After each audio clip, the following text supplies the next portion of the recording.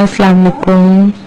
বলতেছিলাম রাসূল সাল্লাল্লাহু আলাইহি সাল্লামের জীবনের বিভিন্ন বাঁকে বাঁকে যে অলৌকিক ঘটনাগুলো জন্মের শুরু থেকে শেষ পর্যন্ত এই মুআজিজা অলৌকিক ঘটনা এই বিষয়গুলো নিয়ে একটু, যেটা বিশুদ্ধ সূত্রে অনেক আপনিও পড়ছেন, অনেকেই জানেন, এই বিষয় নিয়ে একটু কথা বলতে। না না, আপনি একটু আগে আমি ঢোকার সময় শুনলাম আপনি বলতেছিলেন যে অনেক মানুষ যেহেতু এটা বিশ্বাস করে, একটা জিনিস বিশ্বাস করে, অনেক মানুষ বিশ্বাস করে। ঢোকার সময় এই জিনিসটা শুনলাম, আপনি বলতেছেন যে অনেক মানুষ যেহেতু বিশ্বাস করে আপনারা মানেন না কেন। এটা বললেন না? হ্যাঁ হ্যাঁ, এরকমই বলছিলাম মেবি। হ্যাঁ আচ্ছা আচ্ছা, তাহলে মানে ইসলাম অনেক মানুষ বিশ্বাস করে, তাইলে যদি ইসলাম ধর্ম সত্য হয়, ইসলামের দাবিগুলো যদি সত্য হয়, তাহলে ভাই পৃথিবীতে মানুষের সংখ্যা কত ভাই? 700 কোটি নাকি 700 বা হ্যাঁ, 800 কোটি এরকম হবে। মুসলমানের সংখ্যা কত ভাই? 250 কোটি মেবি।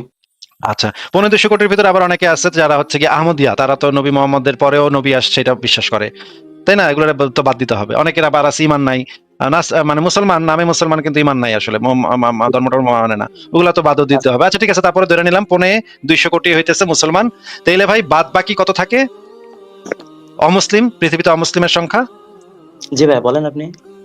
তাহলে তো মোটামুটি মনে করেন ধরে নিলাম যে 500 কোটি হচ্ছে অমুসলিম, হ্যাঁ, 200 কোটি জি, হইতেছে মুসলিম ধরে নিলাম, আর 500 কোটি হইতেছে অমুসলিম। তাইলে আপনাকে আমার প্রশ্ন, যে নবী মোহাম্মদকে নবী হিসেবে স্বীকৃতি দেয় পৃথিবীর কতজন মানুষ, আর নবী হিসেবে স্বীকৃতি দেয় না কতজন মানুষ?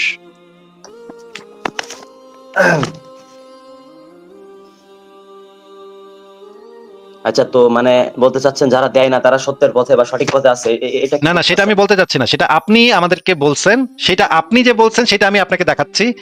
আপনি বলছেন যে এত মানুষ যেহেতু এটা একটা জিনিস বিশ্বাস করে, সেহেতু সেটা নাকি অটোমেটিকলি সত্য হয়ে যায় এত মানুষ বিশ্বাস করলে। আমি আপনাকে দেখাচ্ছি যে পৃথিবীতে 500 কোটি মানুষ মোহাম্মদের নবুয়তে বিশ্বাস করে না, মাত্র 200 কোটি মানুষ মোহাম্মদের নবুয়তে বিশ্বাস করে।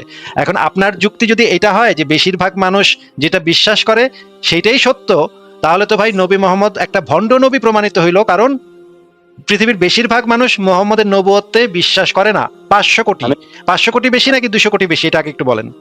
আমি কিন্তু ওইটা বলি নাই যে বেশিরভাগ বিশ্বাস করলে সেটা সত্য হবে, এটা না। আমি তাহলে বলছি ভাই আমি আপনাকে আপনার কথাটি ছুড়ে দিচ্ছি, এতগুলা মানুষ বিশ্বাস করে যে মোহাম্মদ নবী না, তাহলে আপনি কেন এটা বিশ্বাস করেন ভাই, এটা বলেন।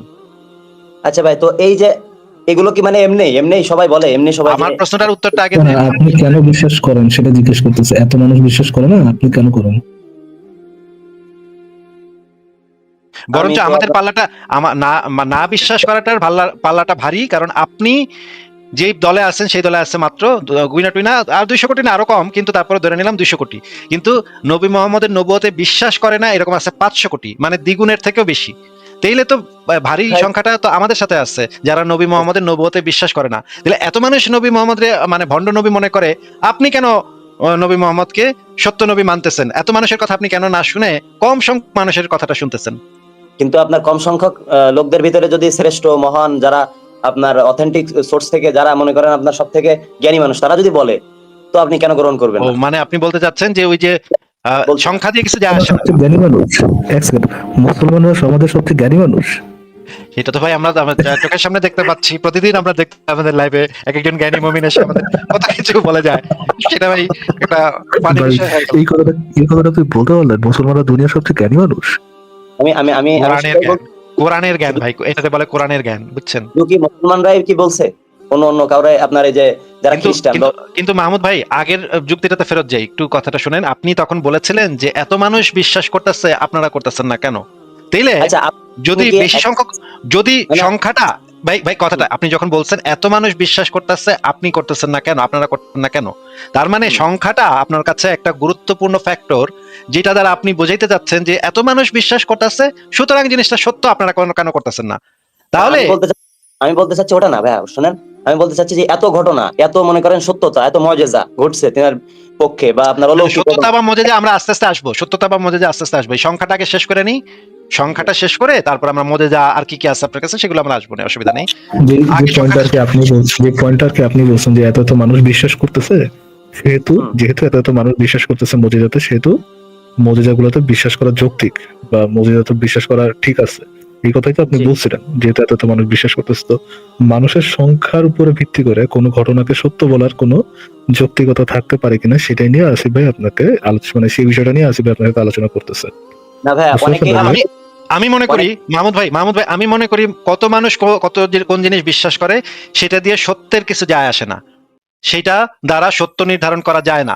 যদি পৃথিবীর সব মানুষও একটা ভুল জিনিস বিশ্বাস করে, একটু কথাটা শুনে নেন, পৃথিবীর সব মানুষ যদি একটা ভুল জিনিস বিশ্বাস করে তাহলে সেটা ভুলই থাকে, সেটা সত্য হয়ে যায় না।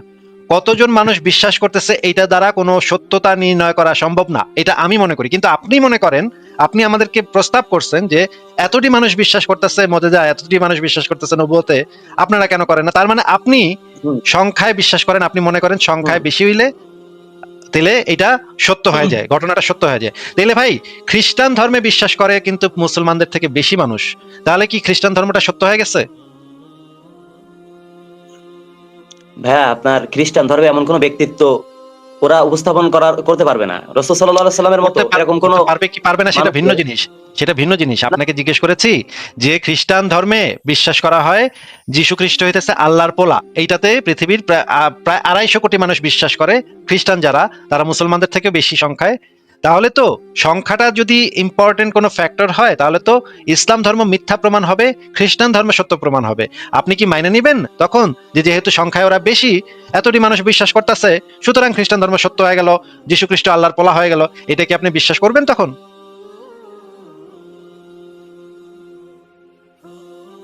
জি ভাই আমি বুঝতে পারছি আপনার কথা।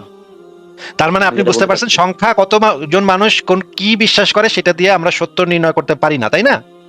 হ্যাঁ আপনার এটা যে কারণ আছে, আল্লাহ রাসূল সাল্লাল্লাহু আলাইহি সাল্লাম মেরাজের রাতে এমন অনেক নবীরা দেখছে, আপনার কথাই বলছি আমি, তার সঙ্গে একজন লোক ছিল, কারোর সঙ্গে 5 জন লোক ছিল, কারোর সঙ্গে লোক। আচ্ছা, এগুলো যে ভুয়া কথা সেগুলো আপনার আমি একটা একটা করে ধরে প্রমাণ করে দিব না, এগুলো সব চাপাবাজি, সব বাটপারি, এগুলো আমি একটা একটা করে ধরে প্রমাণ করে দিব। আমাদের লাইভে যেহেতু আসছেন, রেগুলার আসবেন আপনি, আপনাকে দেখে ভালো লাগছে, কিন্তু আপনি রেগুলার আসবেন, এসে আমাদের সাথে আলাপ করবেন, আমরা দলিলগুলো বের করে দেখাবো আপনাকে। আমিও দলিলগুলো বের করে দেখার চেষ্টা করবো, আমিও প্রমাণ করে দেবো যে কোনো ব্যক্তি মিথ্যা কথা এত দৃঢ়ভাবে কখনো বলে টিকে থাকতে পারি নাই এই পর্যন্ত 1400 বছর ধরে। না থাকছে তো, অনেকেই এরকম থাকছে। এত 1400 বছর ধরে দৃঢ়তার সঙ্গে প্রত্যেকটা চাক্ষুষ প্রমাণ আপনার বা এরকম মুজিজা দেখায় টিকে আছে বা জনপ্রিয়তা নিয়ে একজন ব্যক্তিকে আপনি উপস্থিত করেন। এই যে একটু আগে আমি বললাম যীশু খ্রিস্ট নিজে আল্লাহর পোলা দাবি করছিল, এখনো খ্রিস্টানরা বিশ্বাস করে যীশু খ্রিস্ট আল্লাহর পোলা, এটা আপনি বিশ্বাস করেন? এই কথাটা ভাইয়া, উনি কি আল্লাহর পোলা দাবি করছিল নিজেকে? এটা খ্রিস্টানরা বিশ্বাস করে সে আল্লাহর পোলা। উনি করছিল কিনা, উনি করছিল কিনা, আরে উনি করছিল কিনা খ্রিস্টানরা বিশ্বাস করে, according to Bible, yes. আচ্ছা ভাই ঠিক আছে বুঝছি। খ্রিস্টানরা বিশ্বাস করে উনি করছিল, আপনি বিশ্বাস করেন না? আপনার বাইবেল অনুসারে অবশ্যই যীশু খ্রিস্ট নিজেকে ঈশ্বরের পুত্র দাবি করেছিল। হ্যাঁ হ্যাঁ, বাইবেল তো ওদের ধর্মগ্রন্থ, সেখানে তো বলা আছে।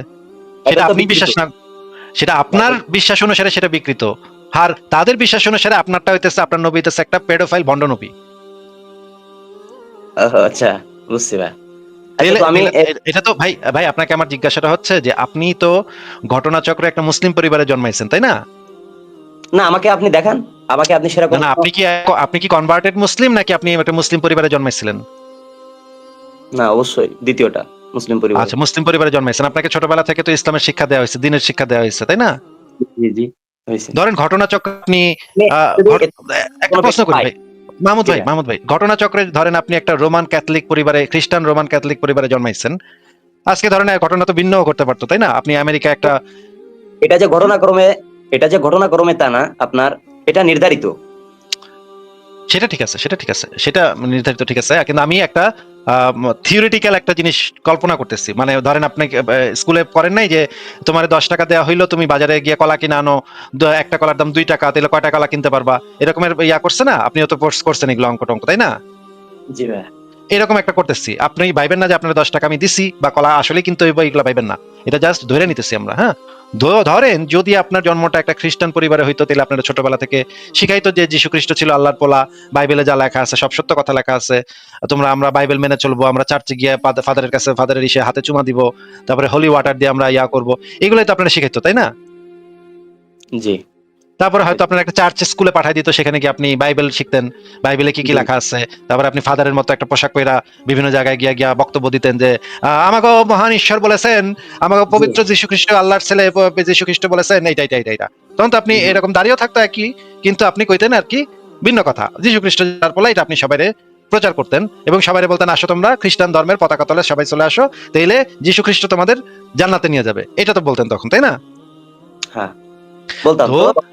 এই একইভাবে আপনি যদি হিন্দু পরিবারে জন্মাইতেন, তাহলে একটা পুরোহিত আমি যদি একটু বলতাম, আপনি তো বলতে দেন, কিন্তু এরকম বলছেন কেন? না, আপনাকে যেটা জিজ্ঞেস করতেছে সেটা আগে শেষ করে নিই, জিজ্ঞেসটা করে নিই যে এইভাবে যদি আপনি হিন্দু পরিবারে জন্মাইতেন বা বৌদ্ধ পরিবারে বা ইহুদি, পৃথিবীতে 4200টা ধর্ম আছে, ঘটনাচক্রে আপনি যদি অন্য কোনো দেশে অন্য কোনো ধর্মের পরিবারে জন্মাইতেন, তাহলে এখনকার সময় আপনার অবস্থানটা তো ভিন্ন হইতো। আপনি কি কখনো অন্য, আপনি কিভাবে বুঝতে পারছেন যে আপনি ঘটনাচক্রে যেই পরিবারে জন্মেছেন সেই ধর্মটাই যে একমাত্র সত্য ধর্ম, বাদ বাকিগুলো যে মিথ্যা, এটা কি আপনি শুধুমাত্র আপনার ধর্ম থেকেই ধর্মগ্রন্থ পড়েই জানতে পারছেন, নাকি আপনি নিরপেক্ষ হয়ে যাচাই করে জানতে পারছেন? এটা হচ্ছে আমার প্রশ্ন, বলেন। আচ্ছা, বুঝতে পারছি ভাই। আমি সেটা হলো আল্লাহ রাসূল সাল্লাল্লাহু আলাইহি সাল্লামের জীবনী, তার সিরাত এবং আপনার তার চরিত্র, প্রথম কথা। আর তার যে আপনার ঘটনাগুলা, তার জীবনের যে আপনার বাঁকে বাঁকে যে ঘটনাগুলা, এটা আমি অন্য কোনো ব্যক্তির পক্ষে আমি পাই নাই। আচ্ছা, ঠিক আছে, তাহলে আমি আপনাকে এখন দ্বিতীয় প্রশ্ন হচ্ছে, আপনি কি গৌতম বুদ্ধের জীবনী পড়ছেন? পড়ছিলাম অনেক আগে, ওই যে আপনার বলেন তো গৌতম বুদ্ধ, আমি নিশ্চিত আপনি গৌতম বুদ্ধের জীবনী কিছুই পড়েন নাই, আমি একদম গ্যারান্টি দিয়ে বলতে পারি। আমি আপনাকে 3টা প্রশ্ন করি, একটার উত্তর আপনি দিতে পারবেন না। রেফারেন্স দিচ্ছি আমি আপনারে, ওই যে দা মাইকেল এইচ হার্ট, উনি ওইখানে যে মাইকেল এইচ হার্টের ওই যে অন্য সামান্য কিছু কথা বলা আছে, এখানে কোনো জীবনী নাই ভাই, ওখানে সামান্য কয়েকটা কথা বলা আছে, কোনো জীবনী নেই ভাই। আপনি মোহাম্মদের জীবনী যেইভাবে পড়ছেন সেইভাবে কি তার কাছাকাছিও অন্য কারো? আপনি কি মাইকেল এইচারের বইটা পড়েছেন গাজী ভাইয়া? মাইকেল এইচারের বইটা পড়েছেন? পড়ছি ভাই, অনেক আগে পড়ছি, একবার শেষ করছি। আচ্ছা, মাইকেল এইচ মোহাম্মদ কি সেকুলার লোক ছিল? এই প্রশ্নটা ভাই আমি তো বুঝলাম না, মানে এই প্রশ্নটা হঠাৎ করে আসতেছে। প্রশ্নটা বোঝেন না এই জন্যই, প্রশ্নটা বোঝেন না এই জন্য, কারণ আপনি বইটা পড়েন। প্রশ্নটা বোঝেন না এই জন্য কারণ আপনি বইটা ইংরেজিতে পড়েননি। যদি পড়তেন তাহলে বুঝতেন যে কেন আমি মোহাম্মদ সেকুলার লোক ছিল কিনা জিজ্ঞেস করেছি। বিকজ আমি একটু শেষ করি, বুঝতে পারবেন। ধরা দিচ্ছি আপনাকে, মাইকেল এইচার্ড তার বইতে, মাইকেল এইচার্ড এই লেভেলের লেখক ছিলেন, এই লেভেলের বলদ লেখক ছিলেন, যিনি তার বইতে মোহাম্মদকে সেকুলার লোক বলে সম্বোধন করে গেছেন। যিনি ওইখানে যিনি ওইখানে চালু করেছেন ইসলামিক শরীয়ত। ইসলামিক শরীয়তে তো ভাই সেকুলারিজম নাই। যেই লোক মনে করে মোহাম্মদ একটা সেকুলার লোক ছিল এবং এইটা মনে করে মোহাম্মদকে মানে 1 নম্বর তার রিজন হিসেবে সেকুলারিজম দেখায়, সেই লোকের মতো একটা বলদের বই মানে কোনো অর্থ বহন করে না। আপনাদের মতো মুমিনদের ছাড়া মানে বাকি বিশ্বে এর মতো বলদের বইয়ের কোনো অর্থ বহন করে না। এই জন্য আপনাকে জিজ্ঞেস করেছিলাম যে আপনি বইটা পড়েছেন। আপনি কোনো বইটা লিখছেন ভাই? এবং মাইকেল এইচ হার্টের যে হান্ড্রেডস বইটা, সে গাজী ভাই 1 সেকেন্ড একটু কথাটা শুনেন। হান্ড্রেডস বইটার ভিতরে যে জিনিসটা বলা আছে, না গাজী ভাই, আমি আপনাকে পার্সোনালি খোঁচা দেওয়ার জন্য বলতেছি না, এটা ফ্যাক্ট। মাইকেল এইচ হার্টের বই 100 মনীষীর বই, এই আপনাদের মুসলিমদের মতো অর্ধশিক্ষিত মুসলিম যে দেশগুলো আছে সেই দেশগুলোতেই চলে এবং সেই দেশগুলোর লোকজন এটা খায়। এছাড়া একটু শেষ করেনি, আপনি বিষয়টা নিয়ে জানেন না দেখে বলতেছি আমি। এছাড়া এই সব আধভাঙ্গা বইয়ের দাম মানে বাকি পৃথিবীতে কোনো জায়গায় এই বইয়ের তেমন কোনো দাম নেই। বুঝতে পেরেছেন? আপনি গবেষণা করে তারপর কথা বলেন। ফারাজ ভাই, এখানে আরেকটা ইম্পর্টেন্ট বিষয় আছে। মাইকেল এইচ হার্টের বইতে কিন্তু যিশুকে প্রফেট হিসেবে সম্বোধন করা হয়েছে, আর মুহাম্মদকে সম্বোধন করা হয়েছে একজন পলিটিশিয়ান হিসেবে। ঠিক আছে, আপনি যদি, আমার কাছে 100 বইটা এই মুহূর্তে খোলা আছে, আপনি চাইলে আপনাকে আমি বের করে দেখাতে পারি গাজী ভাই, যে 100 বইটাতে মুহাম্মদকে সেকুলার একজন পলিটিশিয়ান হিসেবে সম্বোধন করা হয়েছে, যেখানে যিশু খ্রিস্টকে প্রফেট হিসেবে সম্বোধন করা হয়েছে। তার মানে মাইকেল এইচ হার্ট নিজেও একটা বিরাট গ্যাঞ্জাম করে রেখে গেছে। ওইটা ঠিক আছে, সেটা বাদ দিলাম। আপনাকে যে মূল প্রশ্ন ফেরত আসি, আপনি তো গৌতম বুদ্ধের জীবনী পড়েনি নাই, তাহলে আপনি অন্য ধর্মের যে ধর্মগুরু তাদের জীবনী যদি আপনি নাই পড়ে থাকেন, আপনি কিভাবে বুঝলেন যে শুধুমাত্র আমি গ্যারান্টি দিতে পারি আপনি জীবনে হয়তো 3-4 জনের জীবনী পড়ছেন, তাদের ভিতরে সবচেয়ে বেশি পড়ছেন মুহাম্মদের জীবনী, এছাড়া আপনি আর কারো জীবনী খুব ভালোভাবে পড়ানো নাই। তাহলে আপনি কিভাবে বুঝলেন যে মুহাম্মদ যে একটা বই পড়ছে সে কিভাবে এই বিষয়ে শিওর হবে যে ওই একটা বই সবচেয়ে সেরা বই? এটা কিভাবে বোঝা সম্ভব, এটা একটু বোঝান ভাই। আপনি মিউট করে কথা বলছেন, আপনার কথা শোনা যাচ্ছে না, আনমিউট করে বলতে হবে। আবার করেন। ওটা হয়ে যাচ্ছে। হ্যাঁ, বলেন এবার। যদি আপনি কয়েকজন মানুষের আল্লাহ রাসূল সাল্লাল্লাহু আলাইহি ওয়াসাল্লামের থেকেও আরো সব দিক থেকে উন্নত চরিত্রের এরকম যদি কারোর নাম আপনি জেনে থাকেন আমারে বলবেন, আমি পড়বো অবশ্যই। আমি অলরেডি বলে দিছি ভাই একজনের কথা, যার নাম হচ্ছে গৌতম বুদ্ধ, যার একটা বিখ্যাত কথা আছে যে জগতের সকল প্রাণী সুখী হোক, সে জগতের সকল প্রাণীর সুখ কামনা করছে। সেখানে মুহাম্মদ যে কথাগুলো বলছে, এবং গতদিন আপনাকে আমি দেখাইছি, সেটা মুহাম্মদ বলছে যে কেউ যদি লা ইলাহা ইল্লাল্লাহ বলতে অস্বীকার করে তাহলে তাদের বিরুদ্ধে কিতাল করতে আমি আদিষ্ট হয়েছি। কেউ যদি লা ইলাহা ইল্লাল্লাহ না বলে, আমি আপনাকে সেই হাদিসটা আবারও বের করে দেখাচ্ছি, একটু আপনি আমাদেরকে পড়ে শোনান। এই হাদিসের ভিতরে কি লেখা আছে ভাই বলেন তো? শোনাবো। তার আগে আপনি ওনার একটা মনে করেন পছন্দ হয়, আপনার পছন্দ মতো কোনো হাদিস আছে আল্লাহ রাসূলের না, জীবনে? এটা আগে পড়বেন, তারপর ওইটা নিয়ে পরে আমরা কথা বলবো। আগে যেহেতু এটা বের করে ফেলছি, এটা আগে শেষ করেন। একবার কি আপনি ওই পরে ওইটা আমাকে বের করবেন? আল্লাহ রাসূলের আপনার পছন্দ হয় এরকম কোনো হাদিস আপনি আছে আগে কিনা? এটা শেষ করেন, আপনি আমাদের সাথে আলোচনা শেষ করেন, তারপর আপনাকে আমি সময় দিব, তখন আপনি আমাকে বললেন, তখন আমি অবশ্যই উত্তর দিব। এটা শেষ করেন। আমি লোকদের বিরুদ্ধে যুদ্ধ করতে আদিষ্ট হয়েছি যতক্ষণ পর্যন্ত না তারা লা ইলাহা ইল্লাল্লাহ বলবে এবং নামাজ আদায় করবে। জি, হ্যাঁ, পুরোটা পড়েন, এখানে কি লেখা পুরোটা পড়েন। মালিক রাদিয়াল্লাহু তাআলা আনহু হতে বর্ণিত, তিনি বলেন রাসূল সাল্লাল্লাহু আলাইহি ওয়াসাল্লাম বলেছেন, আমি লোকদের বিরুদ্ধে যুদ্ধ করার জন্য আদিষ্ট হয়েছি যতক্ষণ পর্যন্ত না তারা সাক্ষ্য দিবে যে আল্লাহ তাআলা ব্যতীত আর কোনো মাবুদ নেই এবং মুহাম্মদ সাল্লাল্লাহু আলাইহি ওয়াসাল্লাম আল্লাহ তাআলার বান্দা ও তার রাসূল। আমাদের কিবলামুখী হয়ে নামাজ আদায় করবে, আমাদের জবাইকৃত পশুর গোশত খাবে এবং আমাদের মতো নামাজ আদায় করবে। তারা এগুলো করলে তাদের জান ও মালে হস্তক্ষেপ করা আমাদের জন্য হারাম হয়ে যাবে। কিন্তু ইসলামের অধিকারের বিষয়টি ভিন্ন। আচ্ছা, এবার হাদিসটা একটু আমাদেরকে বুঝায় দেন ভাই, কি বলা আছে? জি, এখানে বলা হয়েছে আমি লোকদের বিরুদ্ধে যুদ্ধ করতে আদিষ্ট হয়েছি যতক্ষণ পর্যন্ত না তারা লা ইলাহা ইল্লাল্লাহ বলে। কেননা লা ইলাহা ইল্লাল্লাহ এটা হলো পৃথিবীর শ্রেষ্ঠ বাক্য। এটা যদি কেউ বলে আপনার, তাহলেই সে একত্ববাদ এবং সে বেঁচে থাকতে পারবে নাকি নিলে মাইরা ফেলবেন? এখন আপনার যুদ্ধ করতে বলা হয়েছে, এখানে কোন যুদ্ধ, কিভাবে যুদ্ধ করতে বলা হয়েছে? এখানে তো একটা লাইনে বলা আছে, তারা এগুলো করলে তাদের জান ও মালে হস্তক্ষেপ করা আমাদের জন্য হারাম হয়ে যাবে। তার মানে যদি তারা লা ইলাহা বলে, তাহলে তাদের জান এবং মাল নিরাপদ। আর যদি এটা তারা না বলে, আচ্ছা, এই প্রসঙ্গে আরো একটা হাদিস বের করি, এই যে এটা সাথেরই হাদিস। এখানে আরো পরিষ্কার ভাবে বলা আছে, যতক্ষণ পর্যন্ত মানুষ লা ইলাহা ইল্লাল্লাহ না বলবে ততক্ষণ পর্যন্ত তাদের বিরুদ্ধে কিতাল করতে আমি আদেশপ্রাপ্ত হয়েছে। এখানে বলা আছে, যে ব্যক্তি বলল আল্লাহ ব্যতীত আর কোনো প্রভু নেই, সে আমার থেকে তার মাল ও রক্ত মানে জীবন নিরাপদ করে নিল। মানে কেউ যদি এটা বলে তাহলে সে বাঁচা থাকতে পারবে, আর যদি কেউ এটা না বলে তাহলে তার মাল এবং রক্ত মানে জীবন আর নিরাপদ থাকবে না, তাই না? আচ্ছা ঠিক আছে, এটা তাই না, কারণ আল্লাহ রাসূল যুদ্ধে যাওয়ার পরে শুনেন, আগে কিন্তু কি বলতো, তোমরা প্রথমে দাওয়াত দিত, প্রথমে একত্ববাদের দাওয়াত, যাই পারে কিন্তু একেবারে ডাইরেক্ট কোপাতো না। সেগুলো আপনি ভাই, যেগুলো আপনি বলতেছেন সেগুলো আপনি দলিল বের করে আমাদেরকে দেখায়েন, অসুবিধা নাই। আগে যেই হাদিসটা আমরা বের করছি সেটার অর্থটা আমাদেরকে আগে বলেন। তারপরে আপনি যদি এডিশনাল কিছু রেফারেন্স দেখাইতে চান, তখন আপনি আমাদেরকে নাম্বার বললেন, আমরা সেই হাদিসও বের করব, তখন দেখবো আমরা। আগে এই হাদিসটা শেষ হোক ভাই, এইখানে কি বলা হয়েছে সেটা আগে শেষ করেন। জি, আমি তো করছি তো ভাইয়া, যে এখানে কি বলা মানে বিষয়টা কি, যে কেউ যদি, আমি যদি মনে করেন আমি একজন কাফের, আমি একজন ইসলাম বিশ্বাস করি না, and আপনাকে মুহাম্মদ কি নির্দেশ দিছে বলেন? ভাই এটার আপনার এই একটা হাদিস দিয়ে আপনি করে ফেলবেন, এটার পাশাপাশি হাদিস দিয়ে তো আমি করব বলি নাই, এই হাদিসে কি লেখা আছে সেটা জিজ্ঞেস করতেছি।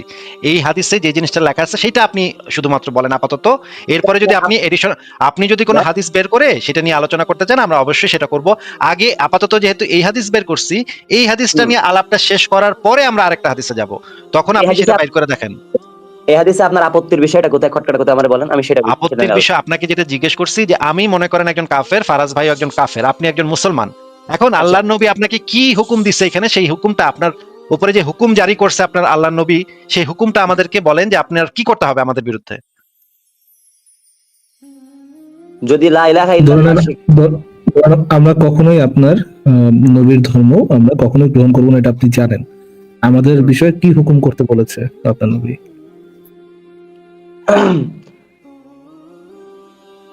যদি আপনারা মনে করেন যে বিরোধিতা না করেন বা কোন রকম না করেন, আপনারা আপনাদের মতো থাকেন, সেটা ভিন্ন কথা। কিন্তু যদি আপনারা চান, যেরকম কাফেররা চাইছিল, মুসলমানদেরকে নিশ্চিহ্ন করে দিতে চাইছিল, তারপরেই তারা যুদ্ধ বা ভাই আপনাকে তো এগুলো জিজ্ঞেস করি নাই। এই হাদিসটা অনুসারে আমরা হচ্ছে কাফের, আমরা হচ্ছে নবী মুহাম্মদকে নবী মানি না। আমাদের সাথে আপনার নবী এই হাদিসটা অনুসারে কি করতে বলেছে সেটা বলেন। মানবো না কোনোদিন, হ্যাঁ, আমরা নবীর একটা লম্পট মনে করি। এখন আপনি বলেন আমাদের সাথে কি করতে হবে। আপনি লম্পট মনে করেন, যদি তারে আপনি গালি দেন, তাহলে যে বিধান, সেটা তো ইসলামের যে বিধান আপনার, সেটা তো কার্যকর করতে হবে। যদি আপনি গালি দেন বা লম্পট মনে করেন, ধরেন গালি দিলাম না, গালি দিলে আমি কিছু করলাম না, আমি আপনার ধর্ম নিব না। ধরেন ফর এক্সাম্পল, ধরেন যে আপনি থাকেন মক্কা মদিনায়, আমরা ধরেন আপনি থাকেন পাকিস্তানের আশেপাশে কোন একটা দেশে, আসিফ ভাই, আমি এবং আমাদের মতাদর্শের কিছু লোকজন থাকে, একটা ট্রাইবে থাকে, একটা অঞ্চলে থাকে, এবং এখানে কেউ আপনার নবীকে সত্য নবী হিসেবে মনে করে না এবং জীবনে কখনো করবেও না। ঠিক আছে? জি ভাই। তো আমাদের যে গোত্রটা, ওই গোত্রটা সম্পর্কে আপনার নবী কি উপদেশ দিয়ে গেছে অ্যাকর্ডিং টু দিস হাদিস, এই হাদিস অনুযায়ী আপনার নবী আপনাদেরকে কি উপদেশ দিয়ে গেছে, আমাদের সম্পর্কে কি বিধান দিয়ে গেছে? আচ্ছা ভাই, আমি এটাই বলছি ভাই, আমি এটাই বলছি যে জায়েক পারা যে আপনারে মনে করেন আপনারা বিশ্বাস করেন না তাই যে আপনাদেরকে মেরে ফেলতে হবে, কেতাল করতে হবে আপনাদের সঙ্গে, এরকম না। যখন কিন্তু খাইবার এখানে তো যুদ্ধ, কিন্তু ভাই এখানে তো এই কথাটাই বলা আছে যে যদি যতক্ষণ পর্যন্ত মানুষ লা হুম। ইলাহা ইল্লাল্লাহ না বলবে ততক্ষণ পর্যন্ত তাদের বিরুদ্ধে কিতাল। কতক্ষণ কিতাল ভাই? কতক্ষণ কিতাল করবেন আপনি? যতক্ষণ পর্যন্ত আপনার মানুষ এখানে মানুষ মানে কে? মানুষ মানে কি একজন মানুষ না দুইজন মানুষ কোন তো? হ্যাঁ, মানুষ মানে তো সমগ্র কথাই বলছি। সমগ্র মানুষ, ঠিক ঠিক। কতক্ষণ কিতাল করবেন আপনি? কতক্ষণ? লা ইলাহা ইল্লাল্লাহ না বলবে। আচ্ছা, তাহলে এইটার ভিতরে তো পৃথিবীর সমস্ত মানুষ পড়বে এবং ততক্ষণ পর্যন্ত এই বিধানটা প্রযোজ্য হবে যতক্ষণ না সে লা ইলাহা ইল্লাল্লাহ বলবে, নাকি? তা আপনারা না বললে তো, আপনারা যদি ভাই নাই বলেন তাহলে তো আপনাদের কেতাল, তো এটা তো ছোট ছোট শাস্তি, এর থেকে তো আরো বড় শাস্তি আসতেছে সামনে ভাই। ও মানে আচ্ছা, আপনি একটু বুঝে নিই, মানে আপনি কি এরকমটা বলতে যাচ্ছেন যে আমাদেরকে কিতাল করে বা আমাদেরকে হত্যা করে পরকালে যে আমাদেরকে আরো বেশি পুরানো হবে, এই ওই পুরানোটাকে একটু কমানো, এরকম আচ্ছা, কিছু? আমি বুঝতে পারছি মানে আপনি আপনাদের। মহৎ উদ্দেশ্যে আমাদেরকে কোপাবেন যেন আমাদের পরকালে যেন পুরানোটা কম হয়। দেখেন জাহান্নামে ফারাজ কম ভাই, পুরানো হয়। উনি আচ্ছা কিন্তু ঠিক আছে। আমাদের ভালো চান, বুঝছেন ফারাজ ভাই? আপনি কিন্তু ভাইবেন না উনি আমাদের খারাপ ভাই, চান, উনি আমি একটু কিন্তু আমাদের জিজ্ঞেস করি গাজী ভাইকে এটাই বুঝাতে যাচ্ছে কিনা, এটাই বুঝাতে যাচ্ছেন গাজী ভাইয়া? ভাই, এবার আমি একটু বলি, আপনারা কিন্তু দুইজন আমাকে একটু কথা বলার সুযোগ দেন অল্প, বুঝছেন? তারপর আপনারা বেশি আমি বলেন। এটাই জানতে চাচ্ছি ভাই, আপনাকে এটাই বুঝাতে যাচ্ছেন, আমি আপনাকে সহযোগিতা করতে যাচ্ছি। আপনি যে গাজী ভাই, জি আমি ভাই। আপনাকে সহযোগিতা করার জন্য বলতেছি। আপনি আগে একটু আগেই বললেন যে দেখেন আপনারা কিতাল নিয়ে সমালোচনা করতেছেন, কিন্তু পরকালে তো আপনার জন্য আরো বড় শাস্তি আছে। তাহলে কি আপনি যারা লা ইলাহা ইল্লাল্লাহ বলবে না তাদেরকে হ্যাঁ। কিতাল করে বড় শাস্তিটা যেন একটু কম হয় এই জন্য কিতাল করতেছেন? মানে মানবতার খাতিরে মানুষকে হত্যা করতেছেন, এরকম কিছু না? এই জন্য করছি, এটাই তো আমি কথার বলছি অর্থটা ভাই। একটু বুঝুন। আমি ওইটাই বলছি কি জন্য করছি কেতালটা ভাই। আপনি খাইবার বিজয়ের ঘটনাটা পড়ছেন কিনা? খাইবার যুদ্ধের ঘটনাটা আসিফ ভাইকে জিজ্ঞাসা করছি ভাই, পড়ছেন এটা? ভাই তো আপনি দেখেন চাইলে খাইবার গাজী ভাই, বিজয়ের আমাদের সব রেফারেন্স আমাদের আমি যে বের করে আনবো। উদাহরণটা, প্রথম আমাদের দিন মানে উদাহরণটার মধ্যে আমি গাজী ভাই, জি, আমাদের উদাহরণটার মধ্যে কিন্তু এরকম ছিল না যে আমরা কোনো মুসলমানের পাছে আঙ্গুল দিছি, কোনো মুসলমানের সমালোচনা করতে গেছি, নাথিং। জি, আমরা আপনার নবীকে সত্য নবী মনে করি না এবং কখনো করবো না। হ্যাঁ, জি। আপনাদের সাথে আমার কোনো শত্রুতা নাই, আপনাকে যে আমি অ্যাটাক করি নাই, আপনাদের সাথে না, কোনো নারীকে যে খোঁজাখুঁজি করি না, কিচ্ছু না। যদি জি। এরকমটাও না করে থাকি, এই গোত্রের উপরে তো যতক্ষণ পর্যন্ত তারা লা ইলাহা ইল্লাল্লাহ না বলবে, আপনার নবীকে সত্য নবী ধরে না নিবে, স্বীকার না করবে, ততক্ষণ পর্যন্ত তাদের উপর কিতাল করতে হবে না গাজী ভাই, এই হাদিস অনুযায়ী? আচ্ছা ভাই, আমি কেউ তো যদি এটাই বলছি, মুসলমানদের কিছু না বলতে দিচ্ছেন না। প্রথমে যখন পাঠাইছিল ওই খাইবার যুদ্ধের 2টা দুর্গ যখন বাকি ছিল, আমি আপনাদেরকে যদি দেখাইতে চান প্রত্যেকটা কথা আমি দেখাইতে পারবো। তখন প্রথমে গাজী ভাই আমি আপনাকে বলেছি যে আপনি যদি কোনো রেফারেন্স দেখাতে চান আপনি হুম, সেই রেফারেন্সটা আমাদেরকে বলবেন, আমরা রেফারেন্সটা স্ক্রিনে শো করব, তখন আপনি বলবেন, ব্যাখ্যা করবেন আমাদেরকে, সেটা তো কোনো সমস্যা নাই, সেটা আপনি পরে করতে পারবেন। আপাতত এই যে এই প্রশ্নটা ফারাজ ভাই আপনাকে করছে সেটার উত্তরটা দেন যে আপনি কি মানবতার স্বার্থে আমাদেরকে কতল করবেন, যে আমাদের পরকালে যেন আমাদের শাস্তিটা একটু পড়ানোটা কম হয়, এই মানবতার স্বার্থে আপনার মন অনেক উদার দেখে আপনি আমাদেরকে কতল করে ফেলবেন যেন আমাদের পরকালীন শাস্তিটা কম হয়, এটা কি আপনার উদ্দেশ্য কিনা? তাই তো বলছি। প্রথমে যখন আল্লাহ রাসূল পাঠাইছিল, আলীরা বলছিল, আলী প্রথমে তোমরা স্থির ভাবে যাই ওখানে দাঁড়াবে, তাদেরকে কালেমার দাওয়াত দিবে, আগে যুদ্ধে লিপ্ত হবে না, তাদেরকে আগে কালেমার দাওয়াত দিবে, আচ্ছা, তাওহীদের দাওয়াত দিবে। প্রথমে এই কথা ওকে। বলছিল, যুদ্ধ করবে না একবার কোপাবে তাই না, তারা যদি গ্রহণ করে ভিন্ন কথা, যদি না করে তাহলে তোমরা যুদ্ধে লিপ্ত হবে। আল্লাহ রাসূল কিন্তু প্রথমেই এই কথা বলছিল খাইবার যুদ্ধে, যে তাহলে তো তোমরা আগে ফারাজ ভাই দেখেন না, এটা তো কিন্তু মানে আগে কিন্তু বলছে তোরা ইসলামে আয়, তারপর কিন্তু হুম, কোপাইছে ভাই, আগে কিন্তু কোপায় নাই ফারাজ ভাই, এটা কিন্তু আপনারা মানে এইভাবে সমালোচনা করেন না ভাই, এটা কিন্তু ঠিক না। নবী কিন্তু অনেক মহানুভব ছিল, আগে কিন্তু কইছে যে তোরা ইসলামে আচ্ছা, কবুল কর। আচ্ছা গাজী ভাই, আপনারা দেখে তো মোটামুটি একটু ভদ্র, মাথা মগজ টগজ কাজ করে এরকম লোকই মনে হচ্ছে, তাই না? ধরেন আচ্ছা, আমি বাইরে গেলে চায়ের দোকানে যে ধরনের লোকজনকে দেখি, আশেপাশে পরিচিত যদি লোকজনদের দেখি, ওরকমই একটা তো ভদ্রলোকই মনে হচ্ছে। এই কথাটা আচ্ছা বলতে ভাই একটু কি খারাপ লাগলো না আপনার? যে কোনটা ভাই? একটা মানুষকে, একটা গোত্রের মানুষকে আপনি হত্যা করতেছেন এবং আপনার জাস্টিফিকেশন হচ্ছে, আপনি এটাকে হুম, জাস্টিফাই করতেছেন এইভাবে যে এর আগে তো তাদেরকে দাওয়াত দেওয়া হয়েছে ইসলামে। হুম। একটু লজ্জা করলো না ভাই? ধরেন একই জিনিস তাহলে যদি হিন্দু ব্যক্তিরা আপনার, একটু শোনেন গাজী ভাই, খাইবার একটা সেকেন্ড, একটু শোনেন গাজী ভাই, একটু শোনেন। ধরে নেন, হুম, একটু ধরে নেন যে আপনাদের অ্যাটাক করতে খ্রিস্টানরা আসলো, হ্যাঁ? হুম, খ্রিস্টানরা এসে আপনাদেরকে যীশু খ্রিস্টের দাওয়াত দিল এবং আপনারা দাওয়াতটা গ্রহণ করলেন না। গ্রহণ না করার জন্য আপনাদেরকে জবাই করলো, আপনাদের মা বোনকে গনিমতের মাল বানায় নিয়ে গেল। এখন তারা যদি আপনার মতো করে, আপনি যেভাবে করছেন, আপনার মতো করে জাস্টিফিকেশন দেয় যে ভাই তাদেরকে জবাই করার আগে তাদেরকে তো আমরা আমাদের ধর্মের দাওয়াত দিয়েছিলাম, যেহেতু তারা দাওয়াতটা গ্রহণ করে নাই সেহেতু আমরা তাদেরকে গণহত্যা গণজবাই করেছি। আপনি কি এটাকে একটা ভালো কাজ হিসেবে নিবেন? যদি ভাই, না নিয়ে এটা থাকেন, যদি খারাপ কাজ যদি করে, ভাই না নিয়ে থাকেন, ভাই ভাই যদি না নিয়ে থাকেন, এই কথাটা বলার আগে একটু ভাই আপনার কি মানে মাথাটা কাজ করলো না ভাই? হুম, বলছেন ভাই, শেষ বলেন করছেন। আজি ভাই। হ্যাঁ, এটা শেষ হয়েছে, বলেন। আর ভাই, খাইবার যুদ্ধের ঘটনা আপনি হয়তো বা নিশ্চয়ই পড়ছেন ভাই, আপনি জানেনও ইহুদিদের কিন্তু এটা বিরুদ্ধে তো কি। খাইবার যুদ্ধের জন্য এক্সক্লুসিভ না গাজী ভাই, এটা কি খাইবার যুদ্ধের জন্য, শুধুমাত্র খাইবার যুদ্ধের জন্য নাকি সব যুদ্ধেই এরকম আপনি করতে পারবেন? সব যুদ্ধেই আপনি একজনকে দাওয়াত দিতে পারবেন, একটা গোত্রকে দাওয়াত দিতে পারবেন, তারা যদি গোত্রটা আপনার যদি না মানে, ধর্মটা না মানে, ইসলাম না মানে, আপনার নবীকে নবী মেনে না নেয়, তাদেরকে আক্রমণ করা, তাদেরকে তাদেরকে জবাই করা, তাদেরকে দাস বানানো করতে পারবেন না যে কোনো গোত্রের সাথে এই কাজটা? না, না, যে কোনো তারা অমুসলিম গোত্রের সাথে করতে পারবেন না? তারা গ্রহণ করলো না বলে ওটা করতে হবে এরকম না। না, ওই যে লা ইকরাহা ফিদ আপনাকে দ্বীন। জিজ্ঞেস করেছে সেটা আপনি করতে পারবেন কিনা। লা ইকরাহা ফিদ্দিন এটা একটা মানসুক আয়াত, যেটার রেফারেন্স, যেটা তাফসীর ভাই আমি একটু পরে আপনাকে লাইফ দিন বলে আপনি দেবো। কিভাবে আনলেন, যেখানে আপনার হাদিসটা, আপনার কি মনে হয় আপনার মোহাম্মদ এক এক সময় এক এক কথা বলতো? একবার বলতেছে যে যে যে হচ্ছে লা ইলাহা ইল্লাল্লাহ পড়বে না তাকে জবাই করে ফেলবো, আবার একই সাথে বলতেছে লা ইকরাহা ফিদ্দিন, দিনের ক্ষেত্রে কোনো জবরদস্তি নেই। আপনার নবী কি ভন্ড পাগল নাকি ভাই? একই সাথে এক একবার এক এক কথা বলে? না ভাই, আচ্ছা আপনার আচ্ছা, আপনি আপনি আপনি একটু আগে বলছেন লাইক রাহাফিদ্দিন, এই জিনিসটা আপনি একটু আগে বলছেন, আমরা একটু এইটার রেফারেন্সটাও সাথে সাথে একটু দেখে নিতে হবে, না হলে করেন, না আমি হলে কি বলি শোনেন, না না আমি না কি একটু বলি। একটু একটু একটু একটু ভাই, একটু আমি এটা রেফারেন্সটা একটু দেখাই নিই। ইসলাম ধর্মে কোনো জোর জবরদস্তি আছে নাকি নাই সেই জিনিসটা আমরা একটু এই যে খুব সময় লাগবে না, এই জিনিসটা আমরা আহকামুল কোরআন বইটার নামটা তো আপনি শুনছেন নাকি ভাই? জি, জি। অনেক বিখ্যাত একটা বই, একটা তাফসীর গ্রন্থ, এটা লিখেছেন হচ্ছে কি, এটা লিখেছেন হচ্ছে গিয়ে আহ, এটা আকামুল কোরআন, সম্ভবত জাসাস কি যেন, জাসাস, এটা লিখেছেন হচ্ছে গিয়ে, আমার এই মুহূর্তে মনে পড়তেছে না এই আকামুল কোরআনের লেখকের নামটা, আমি ভুলে গেছি। আমার সবসময় মনে থাকে কিন্তু আজকে মনে পড়তেছে না, কেন যেন মনে পড়তেছে না। তো এই বইটার ভিতরে যে জিনিসটা লেখা আছে আমি আপনাকে একটু পড়ে শোনাতে চাই, যে সরাসরি বইটাতে আমি চলে গেছি। ইয়া ভাই, আপনি কি আমাদেরকে একটু পড়ে শোনাবেন এখানে কি লেখা আছে? হ্যাঁ, লা ইকরাহা ফিদ দ্বীন ক্বাদ তাবায়্যানা আর-রুশদু মিনাল গাই। আচ্ছা, দিন দিনে কোনো জোর প্রয়োগ নেই, হেদায়েত পথ গুমরাহি থেকে স্পষ্ট প্রতিভাত হয়ে উঠেছে। এখন এর পরের লাইনটা পড়েন তো কি লেখা। একটু বড় করতেন যদি ভাই ভালো হতো। আচ্ছা ঠিক আছে, দাঁড়ান আরো বড় করতেছি। এই যে দেখেন এখানে পড়েন, দহাক সুদ্দি, এখান থেকে পড়েন। হ্যাঁ, দহাক সুদ্দি সুলাইমান ইবনে মুসা বলেছেন এই আয়াতটি মানসুখ হয়ে গেছে। এই আয়াতটি দ্বারা ইয়া আইয়ুহান নাবিয়্যু জাহিদুল কুফার ওয়াল মুনাফিকিন, হে নবী তুমি কাফের ও মুনাফিকদের বিরুদ্ধে জিহাদ করো, এবং এই আয়াতটি দ্বারা ফাকতুলুহুমুল মুশরিকিন। জি ভাই, ফাকতুলুহু মিনাল মুশরিকিন, এই কথার মানে কি ভাই?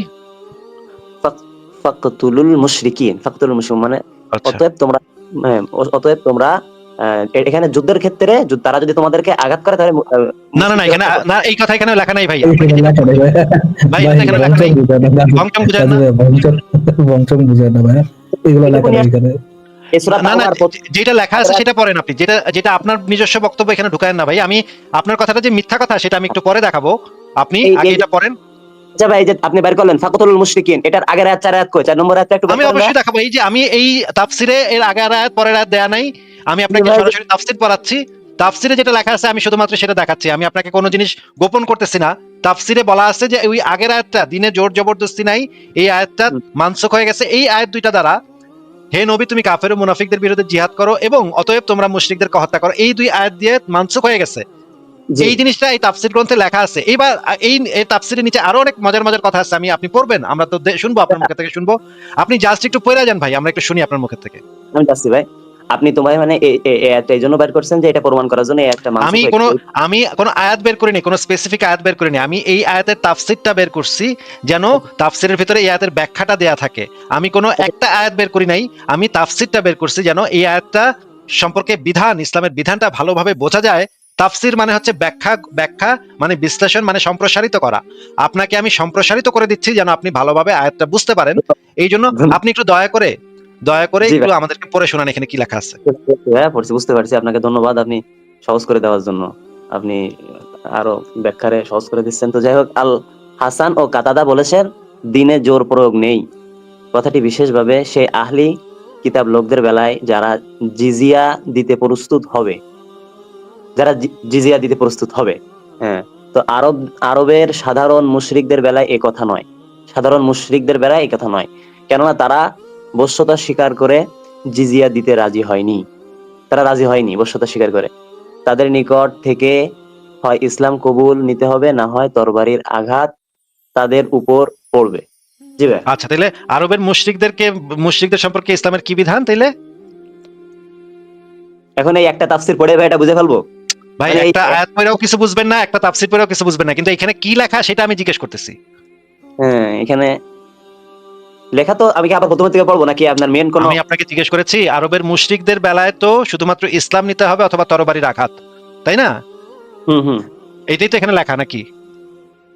হ্যাঁ হ্যাঁ, তরবারির আঘাত আমি তো তাদের বানায় উপর। বলতেছি না। আচ্ছা ঠিক আছে, আরো পড়বো আমরা। হুম এখানে লেখা আছে উক্ত আয়াতের অর্থ হলো যুদ্ধের পরে যারা ইসলাম কবুল করেছে তাদের সম্পর্কে বলে না যে জবরদস্তি পরে। আবু বকর বলেছেন দিনের জোর প্রয়োগের অবকাশ নেই। এটি সম্ভব যে এই আয়াতটি মুশরিকদের বিরুদ্ধে করার আদেশ নাজিল হওয়ার পূর্বে এই আয়াত নাজিল হয়েছিল, পরে তখন সে কথা সব কাফির সম্পর্কেই প্রয়োগীয় ছিল। নিচে আরো বলা আছে এটা দেখেন, আমি আরো নিচে যাচ্ছি, নিচে আরো যে জিনিসটা বলা আছে, ইসলামের প্রথম দিকে যুদ্ধ নিষিদ্ধ ছিল। শেষ পর্যন্ত কাফেরদের প্রতি ইসলাম পেশ করার কাজটি যখন সম্পূর্ণ হয়ে গেল, নবীর সত্যতা প্রতিষ্ঠিত হলো, তারপরে যখন তারা শত্রুতা করতে থাকলো তখন মুসলমানদের নির্দেশ দেওয়া হলো তাদের সাথে যুদ্ধ করার জন্য। তখন দিনে জোর প্রয়োগ করার অবকাশ নেই কথাটি আরবের মুশরিকদের বেলায় মানসুখ হয়ে গেল। এই কথাটা কি লেখা আছে এখানে ভাই, নাকি আমি ভুল পড়তেছি? না ভাই, আপনি সঠিক পড়তেছেন। ভুল আচ্ছা আচ্ছা ঠিক আছে। এরপরে যে আয়াত নাজিল হলো মুশরিকদের যেখানেই পাবে হত্যা করবে, সূরা তাওবা 5, এটা কি এখানে লেখা আছে নাকি নাই? ওর পরে হ্যাঁ হ্যাঁ আছে ভাই, হ্যাঁ আচ্ছা বলেন। আচ্ছা, আমি তো বানায় বানায় কিছু বলতেছি না, তাই না? না। আচ্ছা, মুশরিকদের বিরুদ্ধে যুদ্ধ করার হুকুম সম্বলিত আরো বহু আয়াত রয়েছে। আচ্ছা ঠিক আছে, এরপরে আমরা দেখি এই কথার হাদিসি প্রমাণ হচ্ছে নবী নিজে আরবের মুশরিকদের কাছ থেকে ইসলাম ছাড়া অন্য কিছু গ্রহণ করতে প্রস্তুত হননি। আবারও পড়ি, আবারও ভালো করে শুনেন। নবী করিম নিজে আরবের মুশরিকদের নিকট থেকে ইসলাম ছাড়া অন্য কিছু গ্রহণ করতে প্রস্তুত হননি। তা না হলে তাদের ওপর তরবারি চালিয়েছেন। তা না হলে মানে ইসলাম না গ্রহণ করলে নবী কি করছে? তরবারি চালিয়েছেন। এই কথাটা কি দেখা গেছে নাকি আমি বানায় বানায় বললাম ভাই? না, দেখা গেছে, মানে বলেন আপনি, ঠিক আছে। আচ্ছা, তাহলে আপনি আমাদেরকে এবার একটু বলেন যে আরবের মুশরিকদের ক্ষেত্রে নবী মোহাম্মদ বলল যে তোরা ইসলাম কবুল করবি, নাহলে তোদের সবাইরে মাইরালামু, এটাই তো বললো নাকি? হুম। তাইলে আপনি যে বললেন দিনে কোনো জোর জবরদস্তি নেই, তাহলে তো নবী মোহাম্মদ নিজেই কোরআনের আয়াত মানে নাই। আপনি যদি দাবি করেন ইসলামের বিধান হচ্ছে দিনে কোনো জোর জবরদস্তি নেই, তাহলে তো নবী মোহাম্মদ নিজেই তো ইসলামের বিধান মানে নাই। আচ্ছা ঠিক আছে ভাই, আমি বুঝতে পারছি আপনার কথা।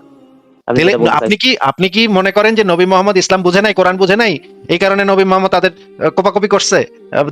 আল্লাহ আসলে কইছিল যে দিনে কোনো জোরাজোরি নাই, কিন্তু নবী মোহাম্মদ আল্লাহর আদেশটা না বুঝা মুশরিকদেরকে কোপাকপি শুরু করে দিছে। আপনি কি বলতে চাচ্ছেন নবী মোহাম্মদ কাফের ছিল? নবী মোহাম্মদ কি কুফরি করছে? এই যে এই কাজটা করার মাধ্যমে নবী মোহাম্মদ কি কুফরি করছে? আচ্ছা ভাই, বুঝছি। এই আয়াতটা ভাই কখন নাযিল হয়েছিল, না আয়াতের প্রেক্ষাপটটা কি একটু? সব আমি দেখাতে পারবো, কিন্তু আমার আরো কয়েকটা জিনিস দেখানোর বাকি আছে, সেইগুলো আগে দেখায়নি। আচ্ছা ভাই, তা আপনি এবার আপনি এই হাদিসটা একটু পড়ে শুনেন। সহিহ মুসলিম ইসলামিক ফাউন্ডেশন, একটু পড়ে শুনেন ভাই। প্রথমটা 1 নম্বর তবে ওই যে পরিচ্ছদ 1 থেকে আপনি পড়েন। হ্যাঁ, যে সকল বিধর্মীর কাছে ইসলামের দাওয়াত পৌঁছেছে পূর্ব ঘোষণা ব্যতীত তাদের বিরুদ্ধে আক্রমণ পরিচালনা বৈধ। যে সকল বিধর্মীর কাছে ইসলামের দাওয়াত পৌঁছেছে পূর্ব ঘোষণা ব্যতীত তাদের বিরুদ্ধে আক্রমণ পরিচালনা বৈধ। আচ্ছা একটু মানেটা বুঝাই দেন তো ভাই, এখানে মানে পরিচ্ছদের এটা মানে কি? আচ্ছা ভাই, এটা একটু আপনি একটু, আমি এই হাদিসটা একটু পড়ি না, আমি নতুন দেখছি, এটার অর্থটা আপনি একটু বলেন, অসুবিধা আপনি কি বুঝতে? ভাই এটা তো সহজ বাংলায় লেখা, আমি তো মানে যে কেউ বুঝবে। আপনি বুঝতেছেন না কেন? বুঝলাম না তো। না ভাই, আমি বললাম না এই হাদিসটা আমি তো পড়ি না, আপনি এটা এখানে কি বুঝছেন এটা বলেন, অসুবিধা নেই। ফারাজ ভাই আপনি কি হাদিসটা পড়ে বুঝতেছেন নাকি আপনার কষ্ট লাগতেছে বুঝতে? ফারাজ ভাই মনে হয় ভাই এটা মনে হয় প্রিটি তো ক্লিয়ার আছে ভাই, এখানে কি লেখা আছে তো একদমই ক্লিয়ার। এই এক না কথা বুঝতে বলেন। আসলে কিছু নাই। আচ্ছা ভাই, আচ্ছা, এখানে মানে যাদের কাছে ইসলামের দাওয়াত গেছে, ফর এক্সাম্পল যে বলছিলাম একটা গোত্র রাখলাম আমরা, আসিফ ভাই আমি আরো কয়েকজন আছে একটা গোত্র, এই গোত্রের কেউই আপনার নবীকে কখনো একটা সত্য নবী হিসাবে গ্রহণ করবে না, করে না, আর জীবনে করবে না। তাদের কাছে আপনি কি করলেন? তাদের কাছে আপনি ইসলামের দাওয়াত পাঠাইলেন। তারা বলল, না ভাই, আপনার নবীকে আমরা শিশুর সাথে যে জনসংযোগ করে আমার নবীকে আমরা কখনো মনে করতে পারতেছি না যে উনি একজন সত্য নবী, আমরা আপনার নবীকে নবী হিসেবে গ্রহণ করলাম না। তাদের উপরে কি করা যাবে? পূর্ব ঘোষণা ব্যতীত, এই যে তোমাদেরকে আমি যুদ্ধ করব, তোমাদের সাথে আমি জিহাদ করব, তোমাদেরকে কচুকাটা করব, এরকম ঘোষণা না দিয়ে যে গেরিলা যুদ্ধ হিসাবে বা হচ্ছে আপনার এই অতর্কিত হামলা হিসাবে তাদের উপরে অতর্কিত হামলা করা যাবে। এখানে তো সেই জিনিসটাই লেখা, ঠিক আছে যে ভাই, সকল বিধর্মের কাছে ইসলামের দাওয়াত পৌঁছেছে পূর্ব ঘোষণা ব্যতীত, অর্থাৎ তাদেরকে মানে না জানাই, তারা যদি ঘুমায় থাকে তাদেরকে না জানাই পূর্ব ঘোষণা ব্যতীত তাদের বিরুদ্ধে আক্রমণ পরিচালনা করা বৈধ। আচ্ছা ভাই, দারুণ একটা হাদিস বের করছেন। এটা ভাই কোন গ্রন্থের এটা ভাই আসিফ ভাই? এই যে আমি উপরে প্রথমে লেখা বলে আছে দিচ্ছি সহিহ মুসলিম জিহাদ অধ্যায়ের নীতিমালা, সহিহ মুসলিম। ভাই, সহি মুসলিম গ্রন্থে কোনো জাল জয়ীফ হাদিস নাই ভাই। এই কারণ বইটার নামই হচ্ছে সহি মুসলিম ভাই। হ্যাঁ, বুখারী মুসলিমে কোনো জাল জয়ীফ হাদিস নাই ভাই। মুসলিম শরীফের একটা হাদিস নিয়ে মুহাদ্দিসদের ভিতরে একটু সন্দেহ আছে, কিন্তু তাও তারা শিওর না যে সেটা হাসান নাকি জয়ীফ, এইরকম কিছু বলে নাই, কিন্তু একটু সন্দেহের কথা বলছে। কিন্তু বুখারী এবং মুসলিম হচ্ছে সর্বাধিক বিশুদ্ধ হাদিস গ্রন্থ। আপনি ভাই একজন ইমাম সাহেব, এই কথা জানেন না আপনি? আচ্ছা, এটা কি এই যে আপনার এই হাদিসটা বুঝছেন, এটা তো বাংলা, আমি তো আরবি আমাদের বেশি পড়া হয়, তো এই হাদিসটা আমার তো কেমন কেমন লাগতেছে, এটার ব্যাখ্যা। আচ্ছা, তাহলে একটা যেটা কাজ করতে পারি, আমরা আরবিটা বের করে আপনাকে দেখাতে পারি। আমার কাছে আছে, সবকিছুই আছে, কোনো সমস্যা নাই, বের করতে আমার কোনো সমস্যা নেই। আমি এই যে হাদিসটা আরবি বের করেন ভাই, আমি একটু। হ্যাঁ হ্যাঁ, অবশ্যই অবশ্যই, ঠিক আছে, কোনো সমস্যা নেই। আরবিটা বের করবো এবং আপনি আমাদেরকে তখন, আচ্ছা আপনি হাদিসটার পরের অংশটুকু একটু পড়তে থাকেন, আমি ততক্ষণ আরবিটা বের করতেছি। জি জি। আপনি বনু মুস্তালিক থেকেও পড়তে পারেন। এই যে এখানে লেখা আছে যে বনু মুস্তালিকের উপর আক্রমণ করলেন এমত অবস্থায় যে তারা অপ্রস্তুত ছিলেন, তারা জানতে পারেনি তাদের পশুদের পানি পান করানো হচ্ছিল। তখন তিনি তাদের যোদ্ধাদের পূর্ণবয়স্ক পুরুষ হত্যা করলেন এবং অবশিষ্টদের বন্দী করলেন। আচ্ছা আচ্ছা, পড়ছেন তো? ঠিক আছে। এখন নবীর চরিত্র তো ভাই এই এটা খুবই বাজে অবস্থা। জি, ওই তো আপনার ওই ঘটনাটা তো জানেন, ইহুদি যখন আচ্ছা। লাশ ভেসে যাচ্ছে তখন আল্লাহ রাসূল কেঁদে উঠছিল, এক ইহুদি যখন ছিল এটা। কি, আরে গনিমত আপনার দিতে পারেনি আপনার দেখে কেঁদে নবী উঠছিল। যে জঙ্গিবাদ এই জায়গায় করছে, হ্যাঁ, লিটারাল যে জঙ্গিবাদ, যে বনু মুস্তালিকের লোকজন পানি খাওয়াচ্ছে, ঈসাদেরকে পানি খাওয়াচ্ছিল, পশুদেরকে পানি খাওয়াচ্ছিল, একেবারে জঙ্গির মতো ঢুকে তাদেরকে না জানায় তাদের উপর আক্রমণ করা। এবং এই যে দেখেন, তখন তিনি তাদের যোদ্ধাদের পূর্ণবয়স্ক পুরুষ, মানে পূর্ণবয়স্ক যত পুরুষ আছে তাদেরকে জবাই করলেন, হত্যা করলেন এবং অবশিষ্ট শিশু নারীদেরকে বন্দী করলেন। এত বড় একটা জঙ্গিবাদ কাজ যে করছে, তাকে আপনি ডিফেন্ড করতেছেন যে একটা ইহুদি মারা গেছিল, তাকে দেখে উঠে দাঁড়ায় কাঁদছিল আপনার নবী। না, এই যে এদেরকে যে আপনি নেবেন না ভাই, এটা কেমন কথা ফারাজ ভাই? এদেরকে যে মারছে বিনা কারণে, এর পিছনে অনেক কারণ আছে কিন্তু ভাই, সে কারণগুলো তো উল্লেখযোগ্য। কারণটা তো এখানে লেখাই আছে যে এই বিধর্মীদের কাছে ইসলামের দাওয়াত পৌঁছাইছিল, কিন্তু তারা ইসলামটা কবুল করেনি। কারণ তো ভাই এই হাদিসে দেয়া আছে ভাই, আপনি কি চোখে দেখতে পান না নাকি? এর কি লেখা? যে সকল বিধর্মীর কাছে ইসলামের দাওয়াত পৌঁছেছে পূর্ব ঘোষণা ব্যতীত তাদের বিরুদ্ধে আক্রমণ পরিচালনা বৈধ, এটা তো এখানে দেয়া আছে আচ্ছা, ভাই। প্রথম থেকে পড়ি। ধরেন, ইয়াহিয়া ইবনে ইয়াহিয়া তামিমি ইবনু আউন থেকে বর্ণিত, তিনি বললেন, আমি নাফিকে এই কথা জানতে চেয়ে পত্র লিখলাম যে যুদ্ধের পূর্বে বিধর্মীদের প্রতিদিনের দাওয়াত দেওয়ার প্রয়োজন আছে কিনা। তিনি বললেন, তখন তিনি আমাদের লিখলেন যে এ নিয়ম ইসলামের প্রারম্ভিক যুগে ছিল, মানে ইসলামের প্রথম দিকে ছিল। তারপরে নবী মোহাম্মদ বনু মুস্তালিকের উপরে আক্রমণ করলেন বা তাদের যোদ্ধাদেরকে, পূর্ণবয়স্ক পুরুষদেরকে হত্যা করলেন এবং নারী শিশুদেরকে বন্দী করলেন। আর সেই দিনেই তার হস্তগত হয়েছিল জুয়াইরিয়া, অথবা তিনি নিশ্চিত রূপে ইবনাতুল হারিসের কন্যা বলেছিলেন। বর্ণনাকারী বলেন, এই হাদিস আমাকে আব্দুল্লাহ ইবনে উমর বর্ণনা করেছেন। তিনি সেই সেনাদলে ছিলেন, মানে আব্দুল্লাহ ইবনে উমরের পোলা আব্দুল্লাহ সেই যুদ্ধের মধ্যে যুদ্ধ গ্রহণ করছে, মানে সেই আক্রমণের মধ্যে সে নিজেও সেনা ছিল, নবীর দলের সেনা। ফারাজ ভাই, এবার তাহলে আমরা আরবিটা বের করে দেখাই, যেহেতু উনি আরবিটা দেখতে চাচ্ছেন। তাহলে আমরা সরাসরি এই গ্রন্থটাতে চলে যাই, ইসলামিক ফাউন্ডেশনের এই গ্রন্থটাতে চলে যাই। এক সেকেন্ড, আরেকটু বড় করে দিই, তাহলে আপনি যেন ঠিক মতো দেখতে পান, এই জন্য একটু বড় করে দিচ্ছি। না, এইটা হচ্ছে সহিহ মুসলিমের সেই সহিহ মুসলিম গ্রন্থটা, এখান থেকে আমি দেখাচ্ছি 33তম অধ্যায় অনুচ্ছেদ 1। একটু পড়েন ভাই, এই বাংলাটা আগে পড়েন, তারপর আপনি আস্তে আস্তে আরবি পড়েন। হ্যাঁ, বাংলাটা আগে পড়েন।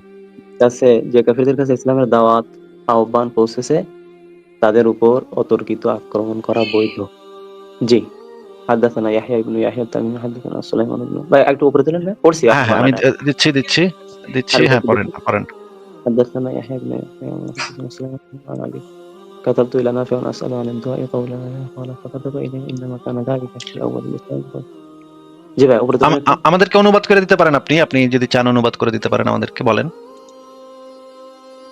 أول الإسلام ভাই এটার ব্যাখ্যা কি এখানে কি খালি আপনার এই মূল ইবারাত আছে নাকি ব্যাখ্যা আছে এটার আরবিতে? ব্যাখ্যা আমি বের করে দিব, অসুবিধা নেই। ব্যাখ্যা আমি, আমার কাছে সব বই আছে ভাই, এত টেনশন নিয়েন না ভাই। আপনি কোথায় আসছেন? এখানে সব বই আমরা জমা করে রাখি ভাই, কোনো সমস্যা নাই। আপনি জাস্ট একটু পইরা আগে শেষ করেন, আপনার যেটা যেটা লাগবে মুখ দিয়া কইবেন, মুখ দিয়া কইলে আমি সেটা বাইর করে দিব আপনারে। কোনো আচ্ছা, ঠিক আছে। টেনশন নিয়েন না ভাই। আপনি আপনার 14 গোষ্ঠীর যেই বই না আছে আমার কাছে সেই বই আছে ভাই। হ্যাঁ, আপনি জাস্ট পড়েন, পইরা আগে অনুবাদটা করেন, বলেন আগে। صلى الله عليه وسلم على بني المصطلق وهو غار ونعمه تسقى على الماء فقتله ثم وأصاب يوما قال يحيى أحسب جويريا وقال الستة ابنة حارث وحدثني على الحديث عبد الله بن عمر وكان في ذلك جيش ভাই আরেকটু উপর, হ্যাঁ ঠিক আছে ভাই, হ্যাঁ ওটা ওইখানে আমি এই হাদিসটা ভাই আজকে দেখলাম, পড়ি নাই ভাই কখনো, মাশাআল্লাহ বুঝছেন? মাশাআল্লাহ, খুব ভালো পড়ছেন আপনি, খুব চমৎকার পড়ছেন। আরবি তো আপনি খুব ভালো পারেন বোঝা যাচ্ছে। এই যে দেখেন এখানে ওই জিনিসটাই বাংলাতে যেটা বলা আছে যে আক্রমণের পূর্বে ইসলামের আহ্বান জানানোটা কেমন, উত্তরে তিনি লিখে পাঠালেন এই বিধান পদ্ধতি ইসলামের প্রাথমিক যুগে ছিল, এখন আর নাই। এখন আর মানে ইয়াও করতে হবে না, অতর্কিত আক্রমণ করতে পারবেন। অতর্কিত আক্রমণ করে পুরুষদেরকে মেরে তাদের মা বেটিকে গনিমতের মাল হিসেবে, সেই কাফেরদের মা এবং বেটিদেরকে, মা বাচ্চা কাচ্চা শিশু সহ তাদেরকে গনিমতের মাল হিসেবে আপনারা নিয়ে আসতে পারবেন, ছিনায় নিয়ে আসতে পারবেন, বন্দি করে নিয়ে আসতে পারবেন। পরে তাদের সাথে কি করবেন সেটা আমরা পরে আলোচনা করব। কিন্তু অতর্কিত আক্রমণ করবেন তারা, যেহেতু তারা ইসলামটা, আপনার ইসলাম কবুল করে নাই।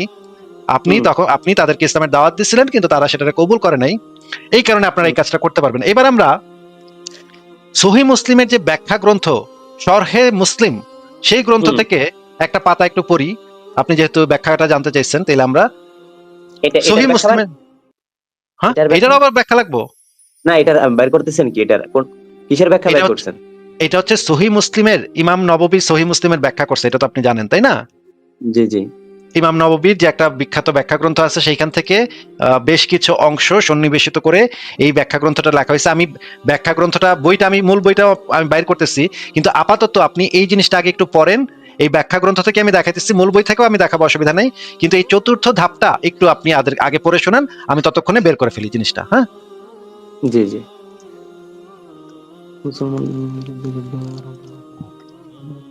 বরণের কাফেরদের বিরুদ্ধে প্রথমে জিহাদ শুরু করিবেন তখন বলবেন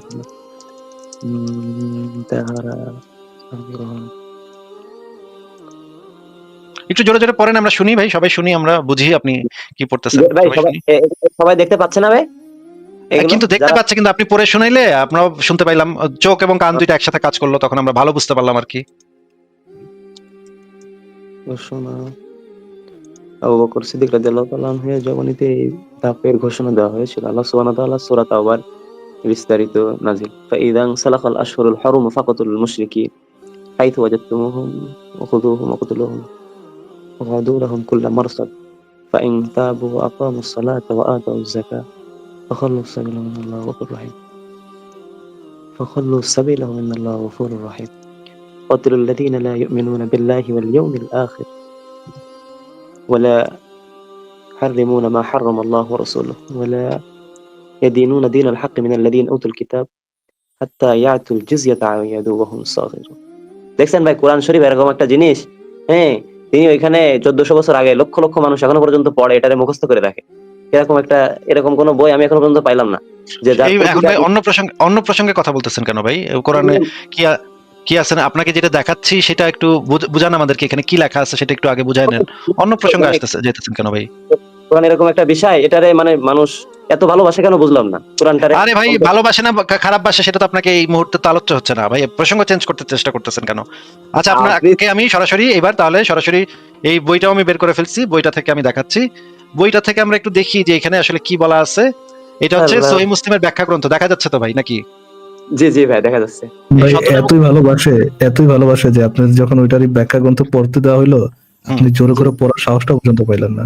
এতই ওই ভালোবাসে জন্য মানুষ। ওই জন্য না, এই যে ব্যবস্থা করে নিলেন, এই জন্য তাড়াতাড়ি পড়ে নিতে পারি। জানেন তো যে দ্রুত জোরে পড়লে আপনার অল্প পড়া হয়, আমি যেন পুরাটা আচ্ছা পড়তে পারি, এই জন্য ঠিক আছে ঠিক আছে, আপনাদের। আপনি একটু দেখেন তো এই বইটা তো, এটা তো সহিহ মুসলিমের প্রয়োজনীয় ব্যাখ্যা সহ বঙ্গানুবাদ, তাই না?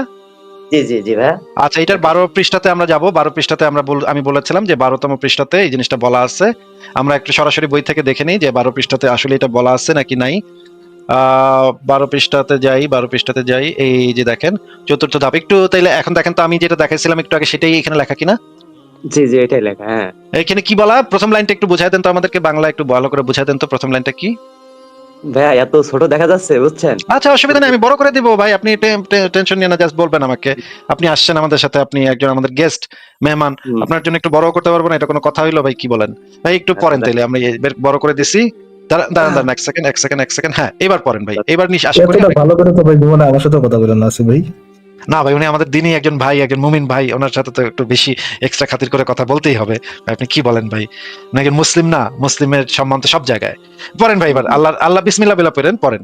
হ্যাঁ, মুসলমানগণের বিরুদ্ধে যুদ্ধ আরম্ভ না করিলেও সকল ধর্ম ও বর্ণের কাফিরদের বিরুদ্ধে প্রথমে জিহাদ শুরু করিবে। হ্যাঁ, এই কথাটার মানে কি ভাই? কথাটার মানে কি ভাই? মানে কি? হ্যাঁ, মুসলমানদের বিরুদ্ধে যুদ্ধ আরম্ভ না করিলেও, মুসলমানদের বিরুদ্ধে যুদ্ধ আরম্ভ না করিলেও মানে মুসলমানদের বিরুদ্ধে যদি যুদ্ধ না করো, সকল করিলেও সকল ধর্ম ও বর্ণের কাফিরদের বিরুদ্ধে। কাফির তার মানে তারা আল্লাহরে মানে না। হ্যাঁ, আল্লাহ যে তাদেরকেই বানাইছে এক ফোঁটা নাপাক পানি দিয়ে। মানে হ্যাঁ, মুসলমান ছাড়া অন্যান্য যারা বিধর্মী আছে তাদের বিরুদ্ধে, হ্যাঁ, তাদের বিরুদ্ধে কি হ্যাঁ, করতে হবে? প্রথমে তারা, হ্যাঁ প্রথমে তাদের বিরুদ্ধে প্রথমে জিহাদ শুরু করিবে, জিহাদ করবে। মানে মানে এখানে যেটা বলা হচ্ছে যে তারা যদি আক্রমণ করতে নাও আসে, মানে তারা যদি শুরুতে আক্রমণ নাও করে, তারা যদি শুরুতে যুদ্ধ নাও করে, মুসলমানরা আগ বাড়াইয়া তাদের উপরে প্রথমেই এটাই জিহাদ শুরু করবে। এই আবার একটু কথাটা লেখা আছে কিনা বলেন। এখানে মানে আমি যতটুকু পড়লাম এর ভিতরে এই কথা লেখা আছে। আমি তো বুঝতেছি এইটাই লেখা আছে, এখানে লেখা আছে হুম, মুসলমানগণের বিরুদ্ধে যুদ্ধ আরম্ভ না করিলেও সকল হুম। ধর্ম ও বর্ণের কাফেরদের বিরুদ্ধে প্রথমেই জিহাদ শুরু করিবে। মানে মুসলমানরা ওরা আক্রমণ করতেছে কিনা সেটার জন্য বসে থাকবে না, আগেই হুম। ওদের উপরে আক্রমণ করে ফেলাবে। ওরা যদি আচ্ছা, আক্রমণ নাও করে, ওরা হ্যাঁ, যদি আক্রমণ নাও করে, ওরা যদি কিছু নাও করে, হুম। মুসলমানরা আগ বাড়ায় গিয়ে তাদের আক্রমণ করবে। এইটা এখানে আচ্ছা ভাই, বলা আছে। এই যে কথাটা, এটা তো ব্যাখ্যা, তাই না ভাইয়া? নাকি এটা আপনাকে যে হাদিসটা দেখাইছি সেই হাদিসের ব্যাখ্যা গ্রন্থে এই জিনিসটা বলা আছে। এই ব্যাখ্যা গ্রন্থ লিখছে কে? উনি তো মনে করেন ধারণা করছে, উনি তো মনে করেন ঢিলা ছোড়া। একটু আগে আপনাকে আমি মানে প্রচ্ছদ তাহলে ভাই দেখাইছি। আপনি ব্যাখ্যা গ্রন্থ চাইলেন কেন ভাই? না, আপনি না নিজে ব্যাখ্যা গ্রন্থ চাইলেন।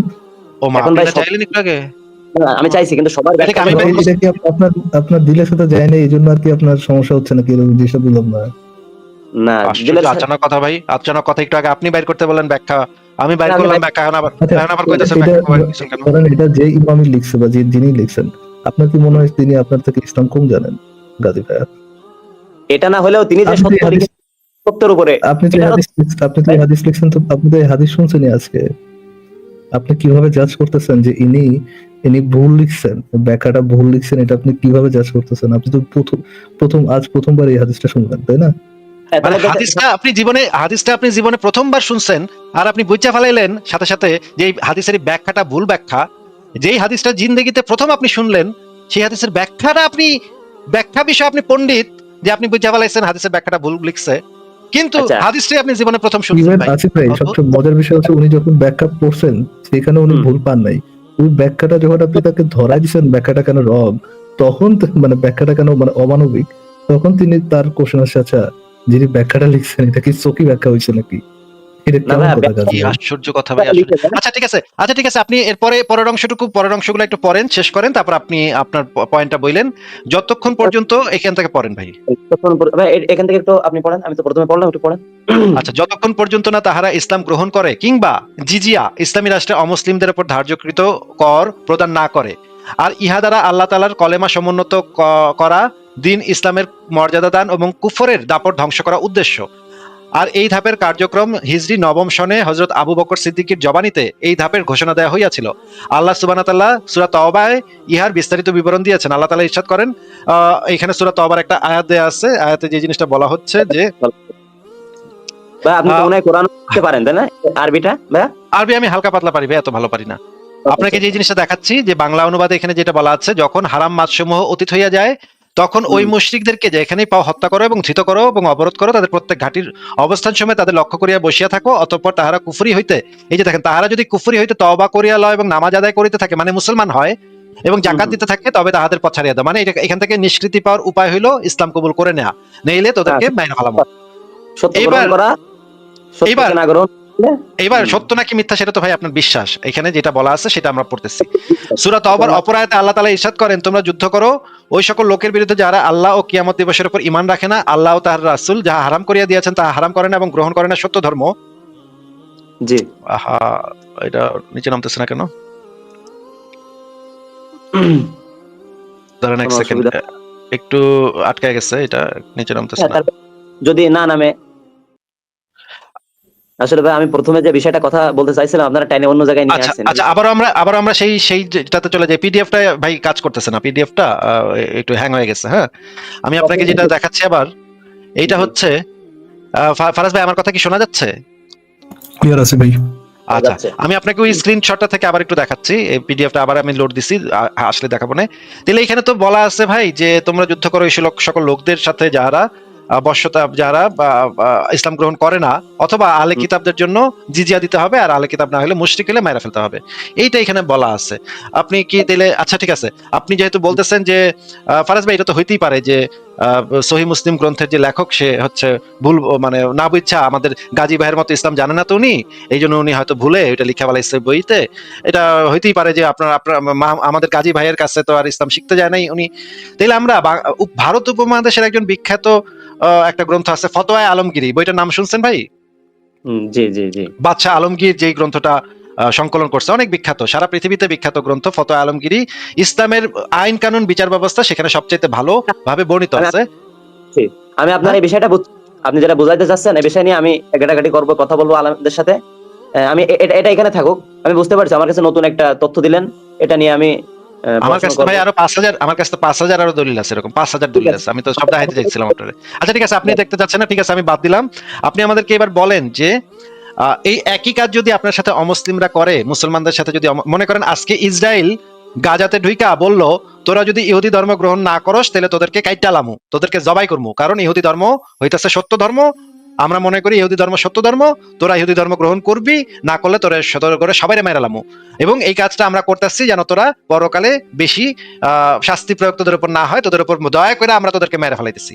এই কথাটা যদি ইসরায়েলের ইহুদিরা গাজায় ঢুইকা বলে, আপনি কি তখন সেই কথাটাকে সমর্থন করবেন, একটা নৈতিক কাজ মনে করবেন নাকি করবেন না? হ্যাঁ, যদি দেখি যে তারা যে পক্ষে কথা বলছে, তারা যেখানে কথা বলছে, যদি সেরকম একজন নবী থাকে, তাদের শ্রেষ্ঠ নবী যেরকম ছিল, সেই নবী যদি থাকে তাদের পক্ষে, তাইলে তার উপরে কোরআন নাজিল হইছে। হ্যাঁ, প্রতিটা গ্রন্থে যার কথা বলছে। আরে ভাই, ইহুদিগর উপর কোরআন নাজিল হইব কেমনে ভাই? ইহুদিগর তো উপরে নাজিল হইছে তাওরাত। তাওরাত ওদের কাছে যে কিতাব আছে সেটা দিতেছে তাওরাত। তা আপনি তো উদাহরণ দিচ্ছেন, আমি উদাহরণ দিচ্ছি। আমি আপনাকে যেটা বলতেছি যে এই একই কাজ যদি ইহুদিরা আপনাদের সাথে করে, আমাদের কাছে যদি আপনি আমার কাছে যদি জিজ্ঞেস করেন, আমি বলবো দুইটা কাজই অন্যায়। কারো ধর্মের কারণে কারোর উপর আক্রমণ করা ঠিক না। যার যার বিশ্বাস করার অধিকার আছে, অবিশ্বাস করার অধিকার আছে। আমাকে গাজী ভাই ইসলামে বিশ্বাস করতে চায় তাহলে তারা বিশ্বাস করতে দেন। কেউ যদি খ্রিস্টান ধর্মে করতে চায় খ্রিস্টান ধর্মে করতে দেন। কেউ যদি হিন্দু ধর্মে করতে চায় তাহলে এটা তার ব্যক্তিগত বিষয়। এখানে কোনো ধরনের জোরাজুরি, বাড়াবাড়ি, মারামারি, কাটাকাটি এগুলো চলবে না। প্রত্যেক মানুষের অধিকার আছে তার বিশ্বাস ফলো করার। মাহমুদ ভাইয়ের অধিকার আছে ইসলাম ফলো করার, একজন হিন্দুর অধিকার আছে কালী পূজা করার, একজন ইহুদির অধিকার আছে তাকে ধর্ম পালন করার, সবার অধিকার আছে। এটা যদি আমাকে জিজ্ঞেস করেন আমি এটা বলবো। কিন্তু আপনার নবী বলতেছে যে কেউ যদি ইসলাম কবুল না করে মুশরিকদের কল্লা কাটতে বলতেছে আপনার নবী। এখন এটা কি আপনার কাছে নৈতিক কাজ মনে হচ্ছে? আমার কাছে অবশ্যই যদি তারা না মানে বা না কবুল করে, তাদেরকে আমার কাছে নৈতিক যেটা মনে হয় যে তাদেরকে দাওয়াত দিতে হবে, তাদেরকে বোঝাতে হবে শালীন ভাষায়, অবশ্যই শালীন ভাষায়। তারপরে মানলো না, তারপরে মানলো না, আবারও বোঝাবো। এবারে তারা যদি মানলো না, তারপরে যদি বিরোধিতা করে মনে করেন বিরোধিতা কিছু করেনি, মনে করে কইলেন ভাই আমি মানি না, আমি আপনার ধর্ম মানি না, আমাকে ধর্ম নিয়ে আমরা যতই বোঝানোর চেষ্টা করো আপনার বুঝগুলো হচ্ছে গিয়ে আমার মনে হচ্ছে না, সঠিক মনে হচ্ছে না, আমি আপনার ধর্ম গ্রহণ করবো না। তখন যদি না মানেন আলহামদুলিল্লাহ, দরকার নাই, কিন্তু আমরা আমাদের বোঝানো তারপরে যে ক্রাইটেরিয়া গুলো আছে আপনার নবী কি বলে গেছে, মানে আপনি বলতেছেন যদি হাজারো বোঝানোর পর তারা যদি না মানে আপনি তার পথ ছেড়ে দিবেন, সেটা বলতেছেন? না, যদি না মানে, যদি তারা শান্তি শৃঙ্খলা বজায় রেখে থাকবে আলহামদুলিল্লাহ, কিন্তু যদি তারা বিরোধিতা বা যদি থাকে ভালো আচ্ছা, হবে। আপনি মানে কিছু মানে না মানলে সমস্যা নেই, কিন্তু তো যদি আপনাদের সাথে কোনো যুদ্ধ না করে না মানলে তারা সুখে সাথে থাকতে হবে, কোনো সমস্যা নেই, এটা তো বলতে চাচ্ছেন। কিন্তু ভাই আপনার নবী তো ভাই এই কথা বলে নাই। একটু আগে কোন কি হ্যাঁ, হাদিস বললেন ভাই আপনি? না আপনার ভাই, আপনি এতগুলা দলিল দেখাইলাম, এতগুলা দলিল দেখানোর পরে আপনি বলতেছেন যে না, জি কিছু বলার নাই ভাই। তাহলে এতগুলা দলিল আমরা কি কারণে না, দেখাইলাম? এত দলিল আমরা কি হুদাই ফাইজলামি করতে দেখাইছি নাকি আপনারে? এই হাদিসে কি লেখা আছে ভাই? ভাই বললাম না ভাই এই হাদিস আপনি নিয়ে আমি সারা রাত রামায়ণ পড়ে আপনি যদি সকালবেলা ওইটা বলেন সীতা কার বাপ, কেমন হবে ভাই? আপনি কি বললেন এতক্ষণ ধরে? এতটি না আমি বললাম আরো 5,000 আমার কাছে দলিল আছে, আমি দেখাবো। হে কইলো যে আচ্ছা ভাই আর দেখাইতে হবে না। এখন এই না 5,000 দলিল দেখানোর পরে সে কইতাছে যে না ভাই, ওগরে রাস্তা ছেড়ে দিব, ওগরে কিছু কব না। কি না বলে ভাই, ভাই, আপনার কি বলে? আপনি যে কথাটা বলছেন ভাই আমি বুঝছি, আমি টুকেও রাখছি, এই বিষয় নিয়ে আমি দেখবো অবশ্যই। আর দেখবেন, আমার কাছে দেখেন, আমারে জিজ্ঞেস করেন, আমি আপনার সব বই এই মুহূর্তে বাইর করে দেখাইতেছি, অসুবিধা নাই তো। আমি তো বলছি। সেটাই তো কি বলতে দেখবেন আপনি, কি দেখবেন? আলেমের কাছে গিয়ে জিগাইবেন?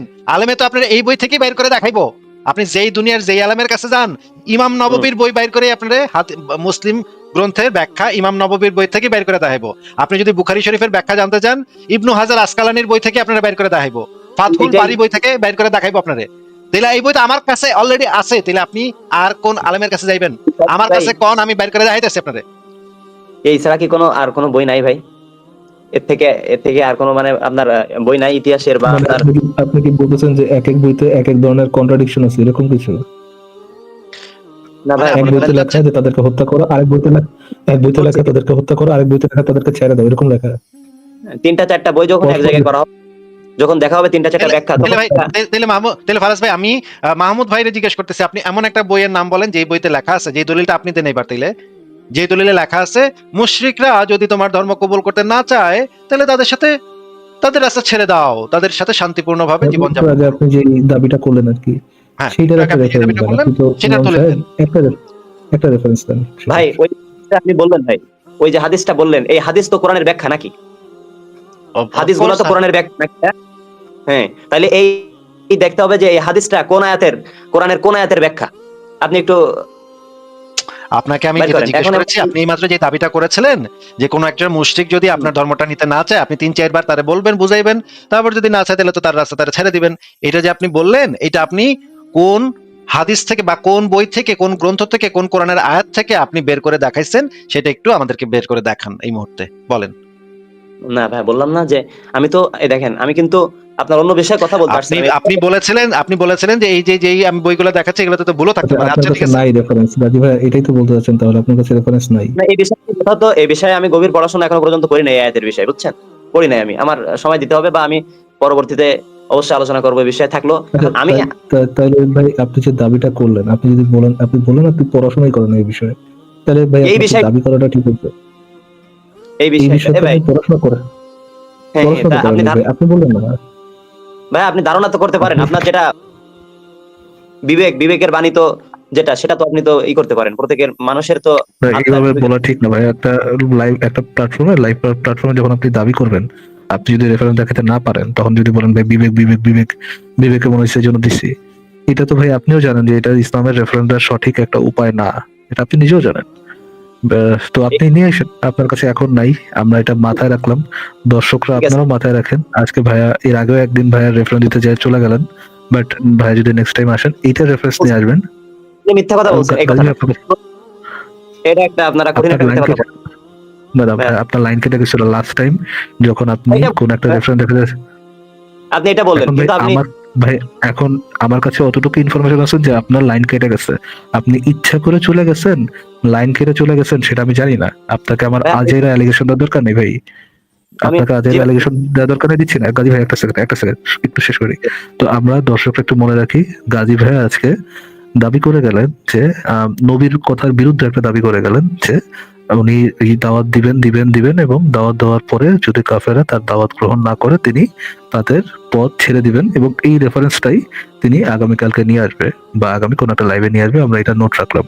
আমরা যদি ভুলে যাই, দর্শক যারা যারা শুনতেছেন, এখনো 1,000 মানুষ শুনছেন, আপনারা আমাদের কেউ না কেউ প্লিজ একটু মনে করাই দিন। এটা যে ইসলামের বিধান, এটা উনি কোন একটা কোরআনের আয়াত বা হাদিস থেকে একদম স্পষ্টভাবে আমাদেরকে দেখাবেন। ফারাজ ভাই, আমি আরেকটা জিনিস একটু দেখাতে চাই। উনি নাকি কোনো আলেমের কাছে গিয়ে জিজ্ঞেস করবেন যে এই বিষয়ে ইসলামের বিধানটা কি। তাহলে আমরা একজন আলেমের বক্তব্যই শুনে নিই না কেন? বাংলাদেশের একজন কিন্তু বিখ্যাত কয়েকজন বিখ্যাত আলেমের বক্তব্য শুনে নেই এখানে, তাহলে সারা পৃথিবীর সবচেয়ে বিখ্যাত আলেমের বক্তব্য শুনে নিবো একই সাথে, অসুবিধা কি? আমাদের কাছে আলেমের বক্তব্য আছে। ভাই আপনি একটু এই বক্তব্যটা একটু শুনেন তো, এখানে কি বলে এই লোকটা কে, আপনি চিনেন কিনা, তারপর বললেন যে এই লোকটা যা বলতেছে ঠিক আছে কিনা বলেন। ঠিক আছে, শুনেন আগে, হ্যাঁ, শুনেন শুনেন, একটু মিউট করে শুনেন, হ্যাঁ শুনেন। বিষয়টা দেখবে তাকাও করে দিতে হবে, ঠিক না?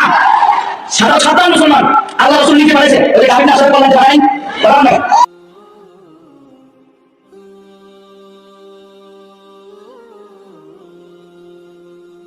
আচ্ছা বেশ, স্টার্ট হয়ে গেছে। সরি সরি সরি, আমি মিউট করে কথা বলতেছিলাম। গাজী ভাই, আপনি কি ইংরেজি বুঝেন? বুঝতে কষ্ট হয় নাকি বুঝতে পারেন মোটামুটি? এটা ভাই বুঝি না ভাই, অল্প বুঝি।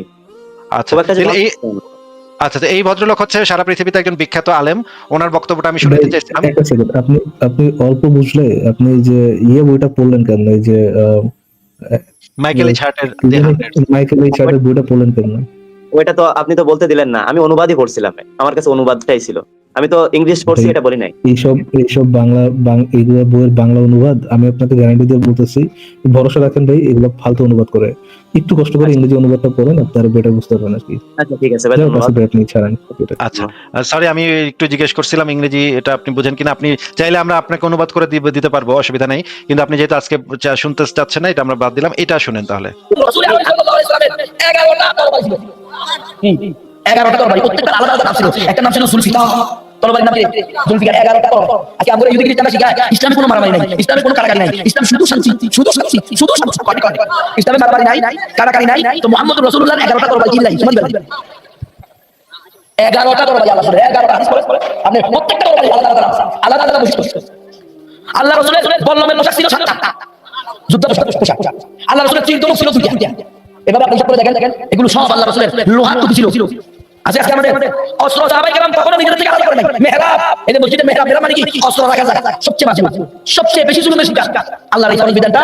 এটার নাম হলো জিহাদ ফি সাবিলিল্লাহ, এটার নাম হলো কিতাল ফি সাবিলিল্লাহ।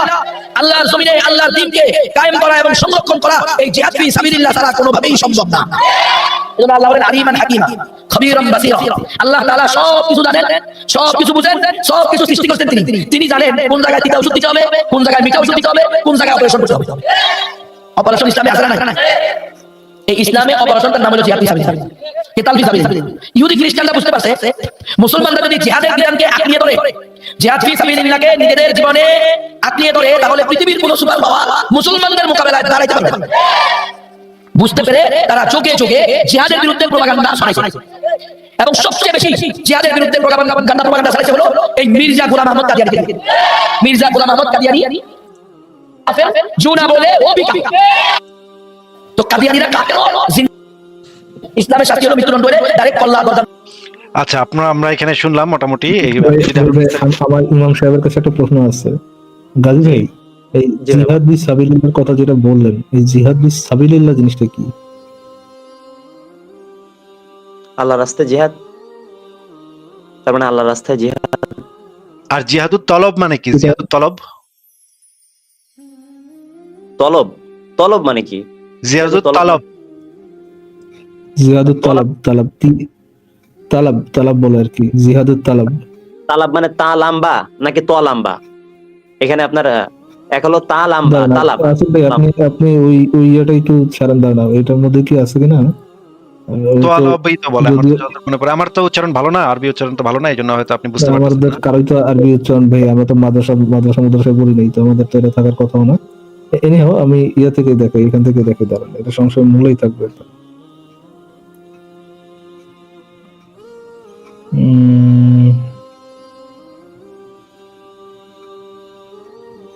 আচ্ছা ভাই, আমি যে বিষয়টা নিয়ে কথা বলতে চাইলাম সে বিষয়টা আপনারা কথা বলতে চাচ্ছেন না, কারণ কি? এটার কি কোনো আপনাদের দুর্বলতা আছে নাকি? এই যে আমি আল্লাহর হ্যাঁ ভাই, জীবনে আমাদের অনেক দুর্বলতা ভাই, অনেক দুর্বলতা, এই জন্য আমরা লুকায় যাচ্ছি, কথা বলতে চাচ্ছি না। আমরা বলছি যে না, আজকে আমরা, আপনি যে প্রশ্নটা আমাদের করবেন সেটা নিয়ে আমরা বলছি যে ভাই আজকে আমরা জানি না, কালকে এসে আপনার সাথে কথা বলবো, কালকে আমি জেনে আসবো, এটা আমরা বলতেছি। আমরা তো লুকানোর চেষ্টা করতেছি, এই জন্য ভাই। না ভাই বলেন, আপনি আমার তো যাইতে দিলেন না ওইখানে। যেরকম এই যে সাফওয়ান ইবনে উমাইয়া, ভাইয়া সাফওয়ান ইবনে উমাইয়া রাদিয়াল্লাহু তাআলা আনহুর ইসলাম গ্রহণ করার ঘটনা, বার কই এটা কোন জায়গায় এটা রাখছি? এটা জানেন কিনা ভাইয়া? এটা খুঁজছেন ফারাজ ভাই, আমাকে বলেন, আমিও দেখি দিই। জিহাদুত তালাব একটু আগে যেটা দেখাইতে চাইছিলেন ইংরেজিটা আছে The other type of jihad is the one that everyone trying to hide, and it's called jihad al-talab, and this means that the jihad of pursuing. এবার কি বুঝতে পারছেন গাজী ভাই, শুনতে পারছেন এবার? আরেকবার চালু করেন, আরেকবার। The other type of jihad is the one that everyone trying to hide, and it's called jihad al-talab, and this means that the jihad of pursuing. এবার বুঝতে জিহাদুত পারছেন তালাব। হ্যাঁ, জিহাদুত তলাবই বলছে। এটার মানেটা কি? শুধু জিহাদুত তলাব বলছে, তো আমি ভালো বুঝি নাই। আকবারায় গিয়ে আক্রমণ করা, তাই না? আকবারায় গিয়ে জিহাদ করা, এটা না?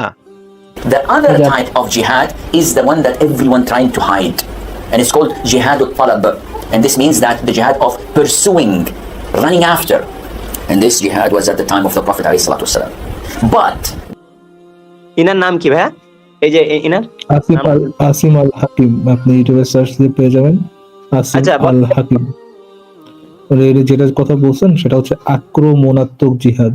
জিহাদ তো দুই ধরনের হয়, তাই না? যে একটা হচ্ছে ডিফেন্সিভ জিহাদ, আর একটা ডিফেন্সিভ জিহাদ মানে হচ্ছে প্রতিরক্ষামূলক জিহাদ, আর একটা হচ্ছে আক্রমণাত্মক জিহাদ, তাই না? এই জিহাদটার কথা। যেখানে আপনি যে জিহাদটায় আপনি অন্য গোত্র রাষ্ট্রতে যায় আক্রমণ করে তাদেরকে অথবা হত্যা বা তাদেরকে দাস বানানো বা তাদেরকে উপর জিজিয়া চাপায় দেওয়া, এরকম, বা তারা মুসলমান হয়ে গেলে তাদের থেকে নিয়ে নেওয়া। বদর জিহাদটা ভাইয়া। আচ্ছা ফারাজ ভাই, আমার আজকে টাইম একদম শেষ হয়ে গেছে, আমি তাহলে যাই, আপনি কিছুক্ষণ কথা বলেন ওনার সাথে। আসিফ ভাই, আপনার যদি টাইম শেষ হয়ে যায় আমরা তাহলে আজকে শেষই করি। হ্যাঁ, ঠিক আছে। আমিও থাকবো না, আমার জন্য মোটামুটি রাত হয়ে গেছে আজকে, তাহলে শেষ করি। এবং গাজী ভাই মোস্ট প্রবাবলি আগামী পরশুদিন হচ্ছে আসিফ ভাই আবার লাইভ করবেন। আপনি তাহলে পরশুদিন আপনি যে দাবিটা করলেন, হ্যাঁ। আগামী পরশুদিন আপনি যে দাবিটা করলেন সেটা রেফারেন্সটা নিয়ে আসেন। আচ্ছা, আমি এবং কি দাবিটা শুরুর দিকে, এবং একটু কষ্ট করে শুরুর দিকে যুক্ত হয়, হ্যাঁ? তাহলে আপনার সাথে অনেক 10টার দিকে আর কি, অ্যারাউন্ড 10টার দিকে যদি বাংলাদেশ সময় 10টার দিকে যদি এই বিষয়টা নিয়ে কি বলবেন সেটা নাকি? আমি যেটা বলতে চাচ্ছিলাম, আমরা ওই দিন জিহাদটা শেষ করে আপনার ওই নবীন মোদে যা ওটা নিয়ে কথা বলবো। আপনার সাথে টানা 7 দিন কথা বলবো ভাই, কোনো সমস্যা নেই। হ্যাঁ, আইসেন। আচ্ছা ঠিক আছে ভাই, তো ধন্যবাদ, ভালো থাকবেন। থ্যাংক ইউ, যুক্ত হওয়ার জন্য ধন্যবাদ গাজী ভাই, কথা বলে ভালো লাগলো, ভালো থাকবেন তাহলে। ওকে, টেক কেয়ার। শুভরাত্রি। তাহলে আজকে বিদায় জানাচ্ছি ফারাজ ভাই।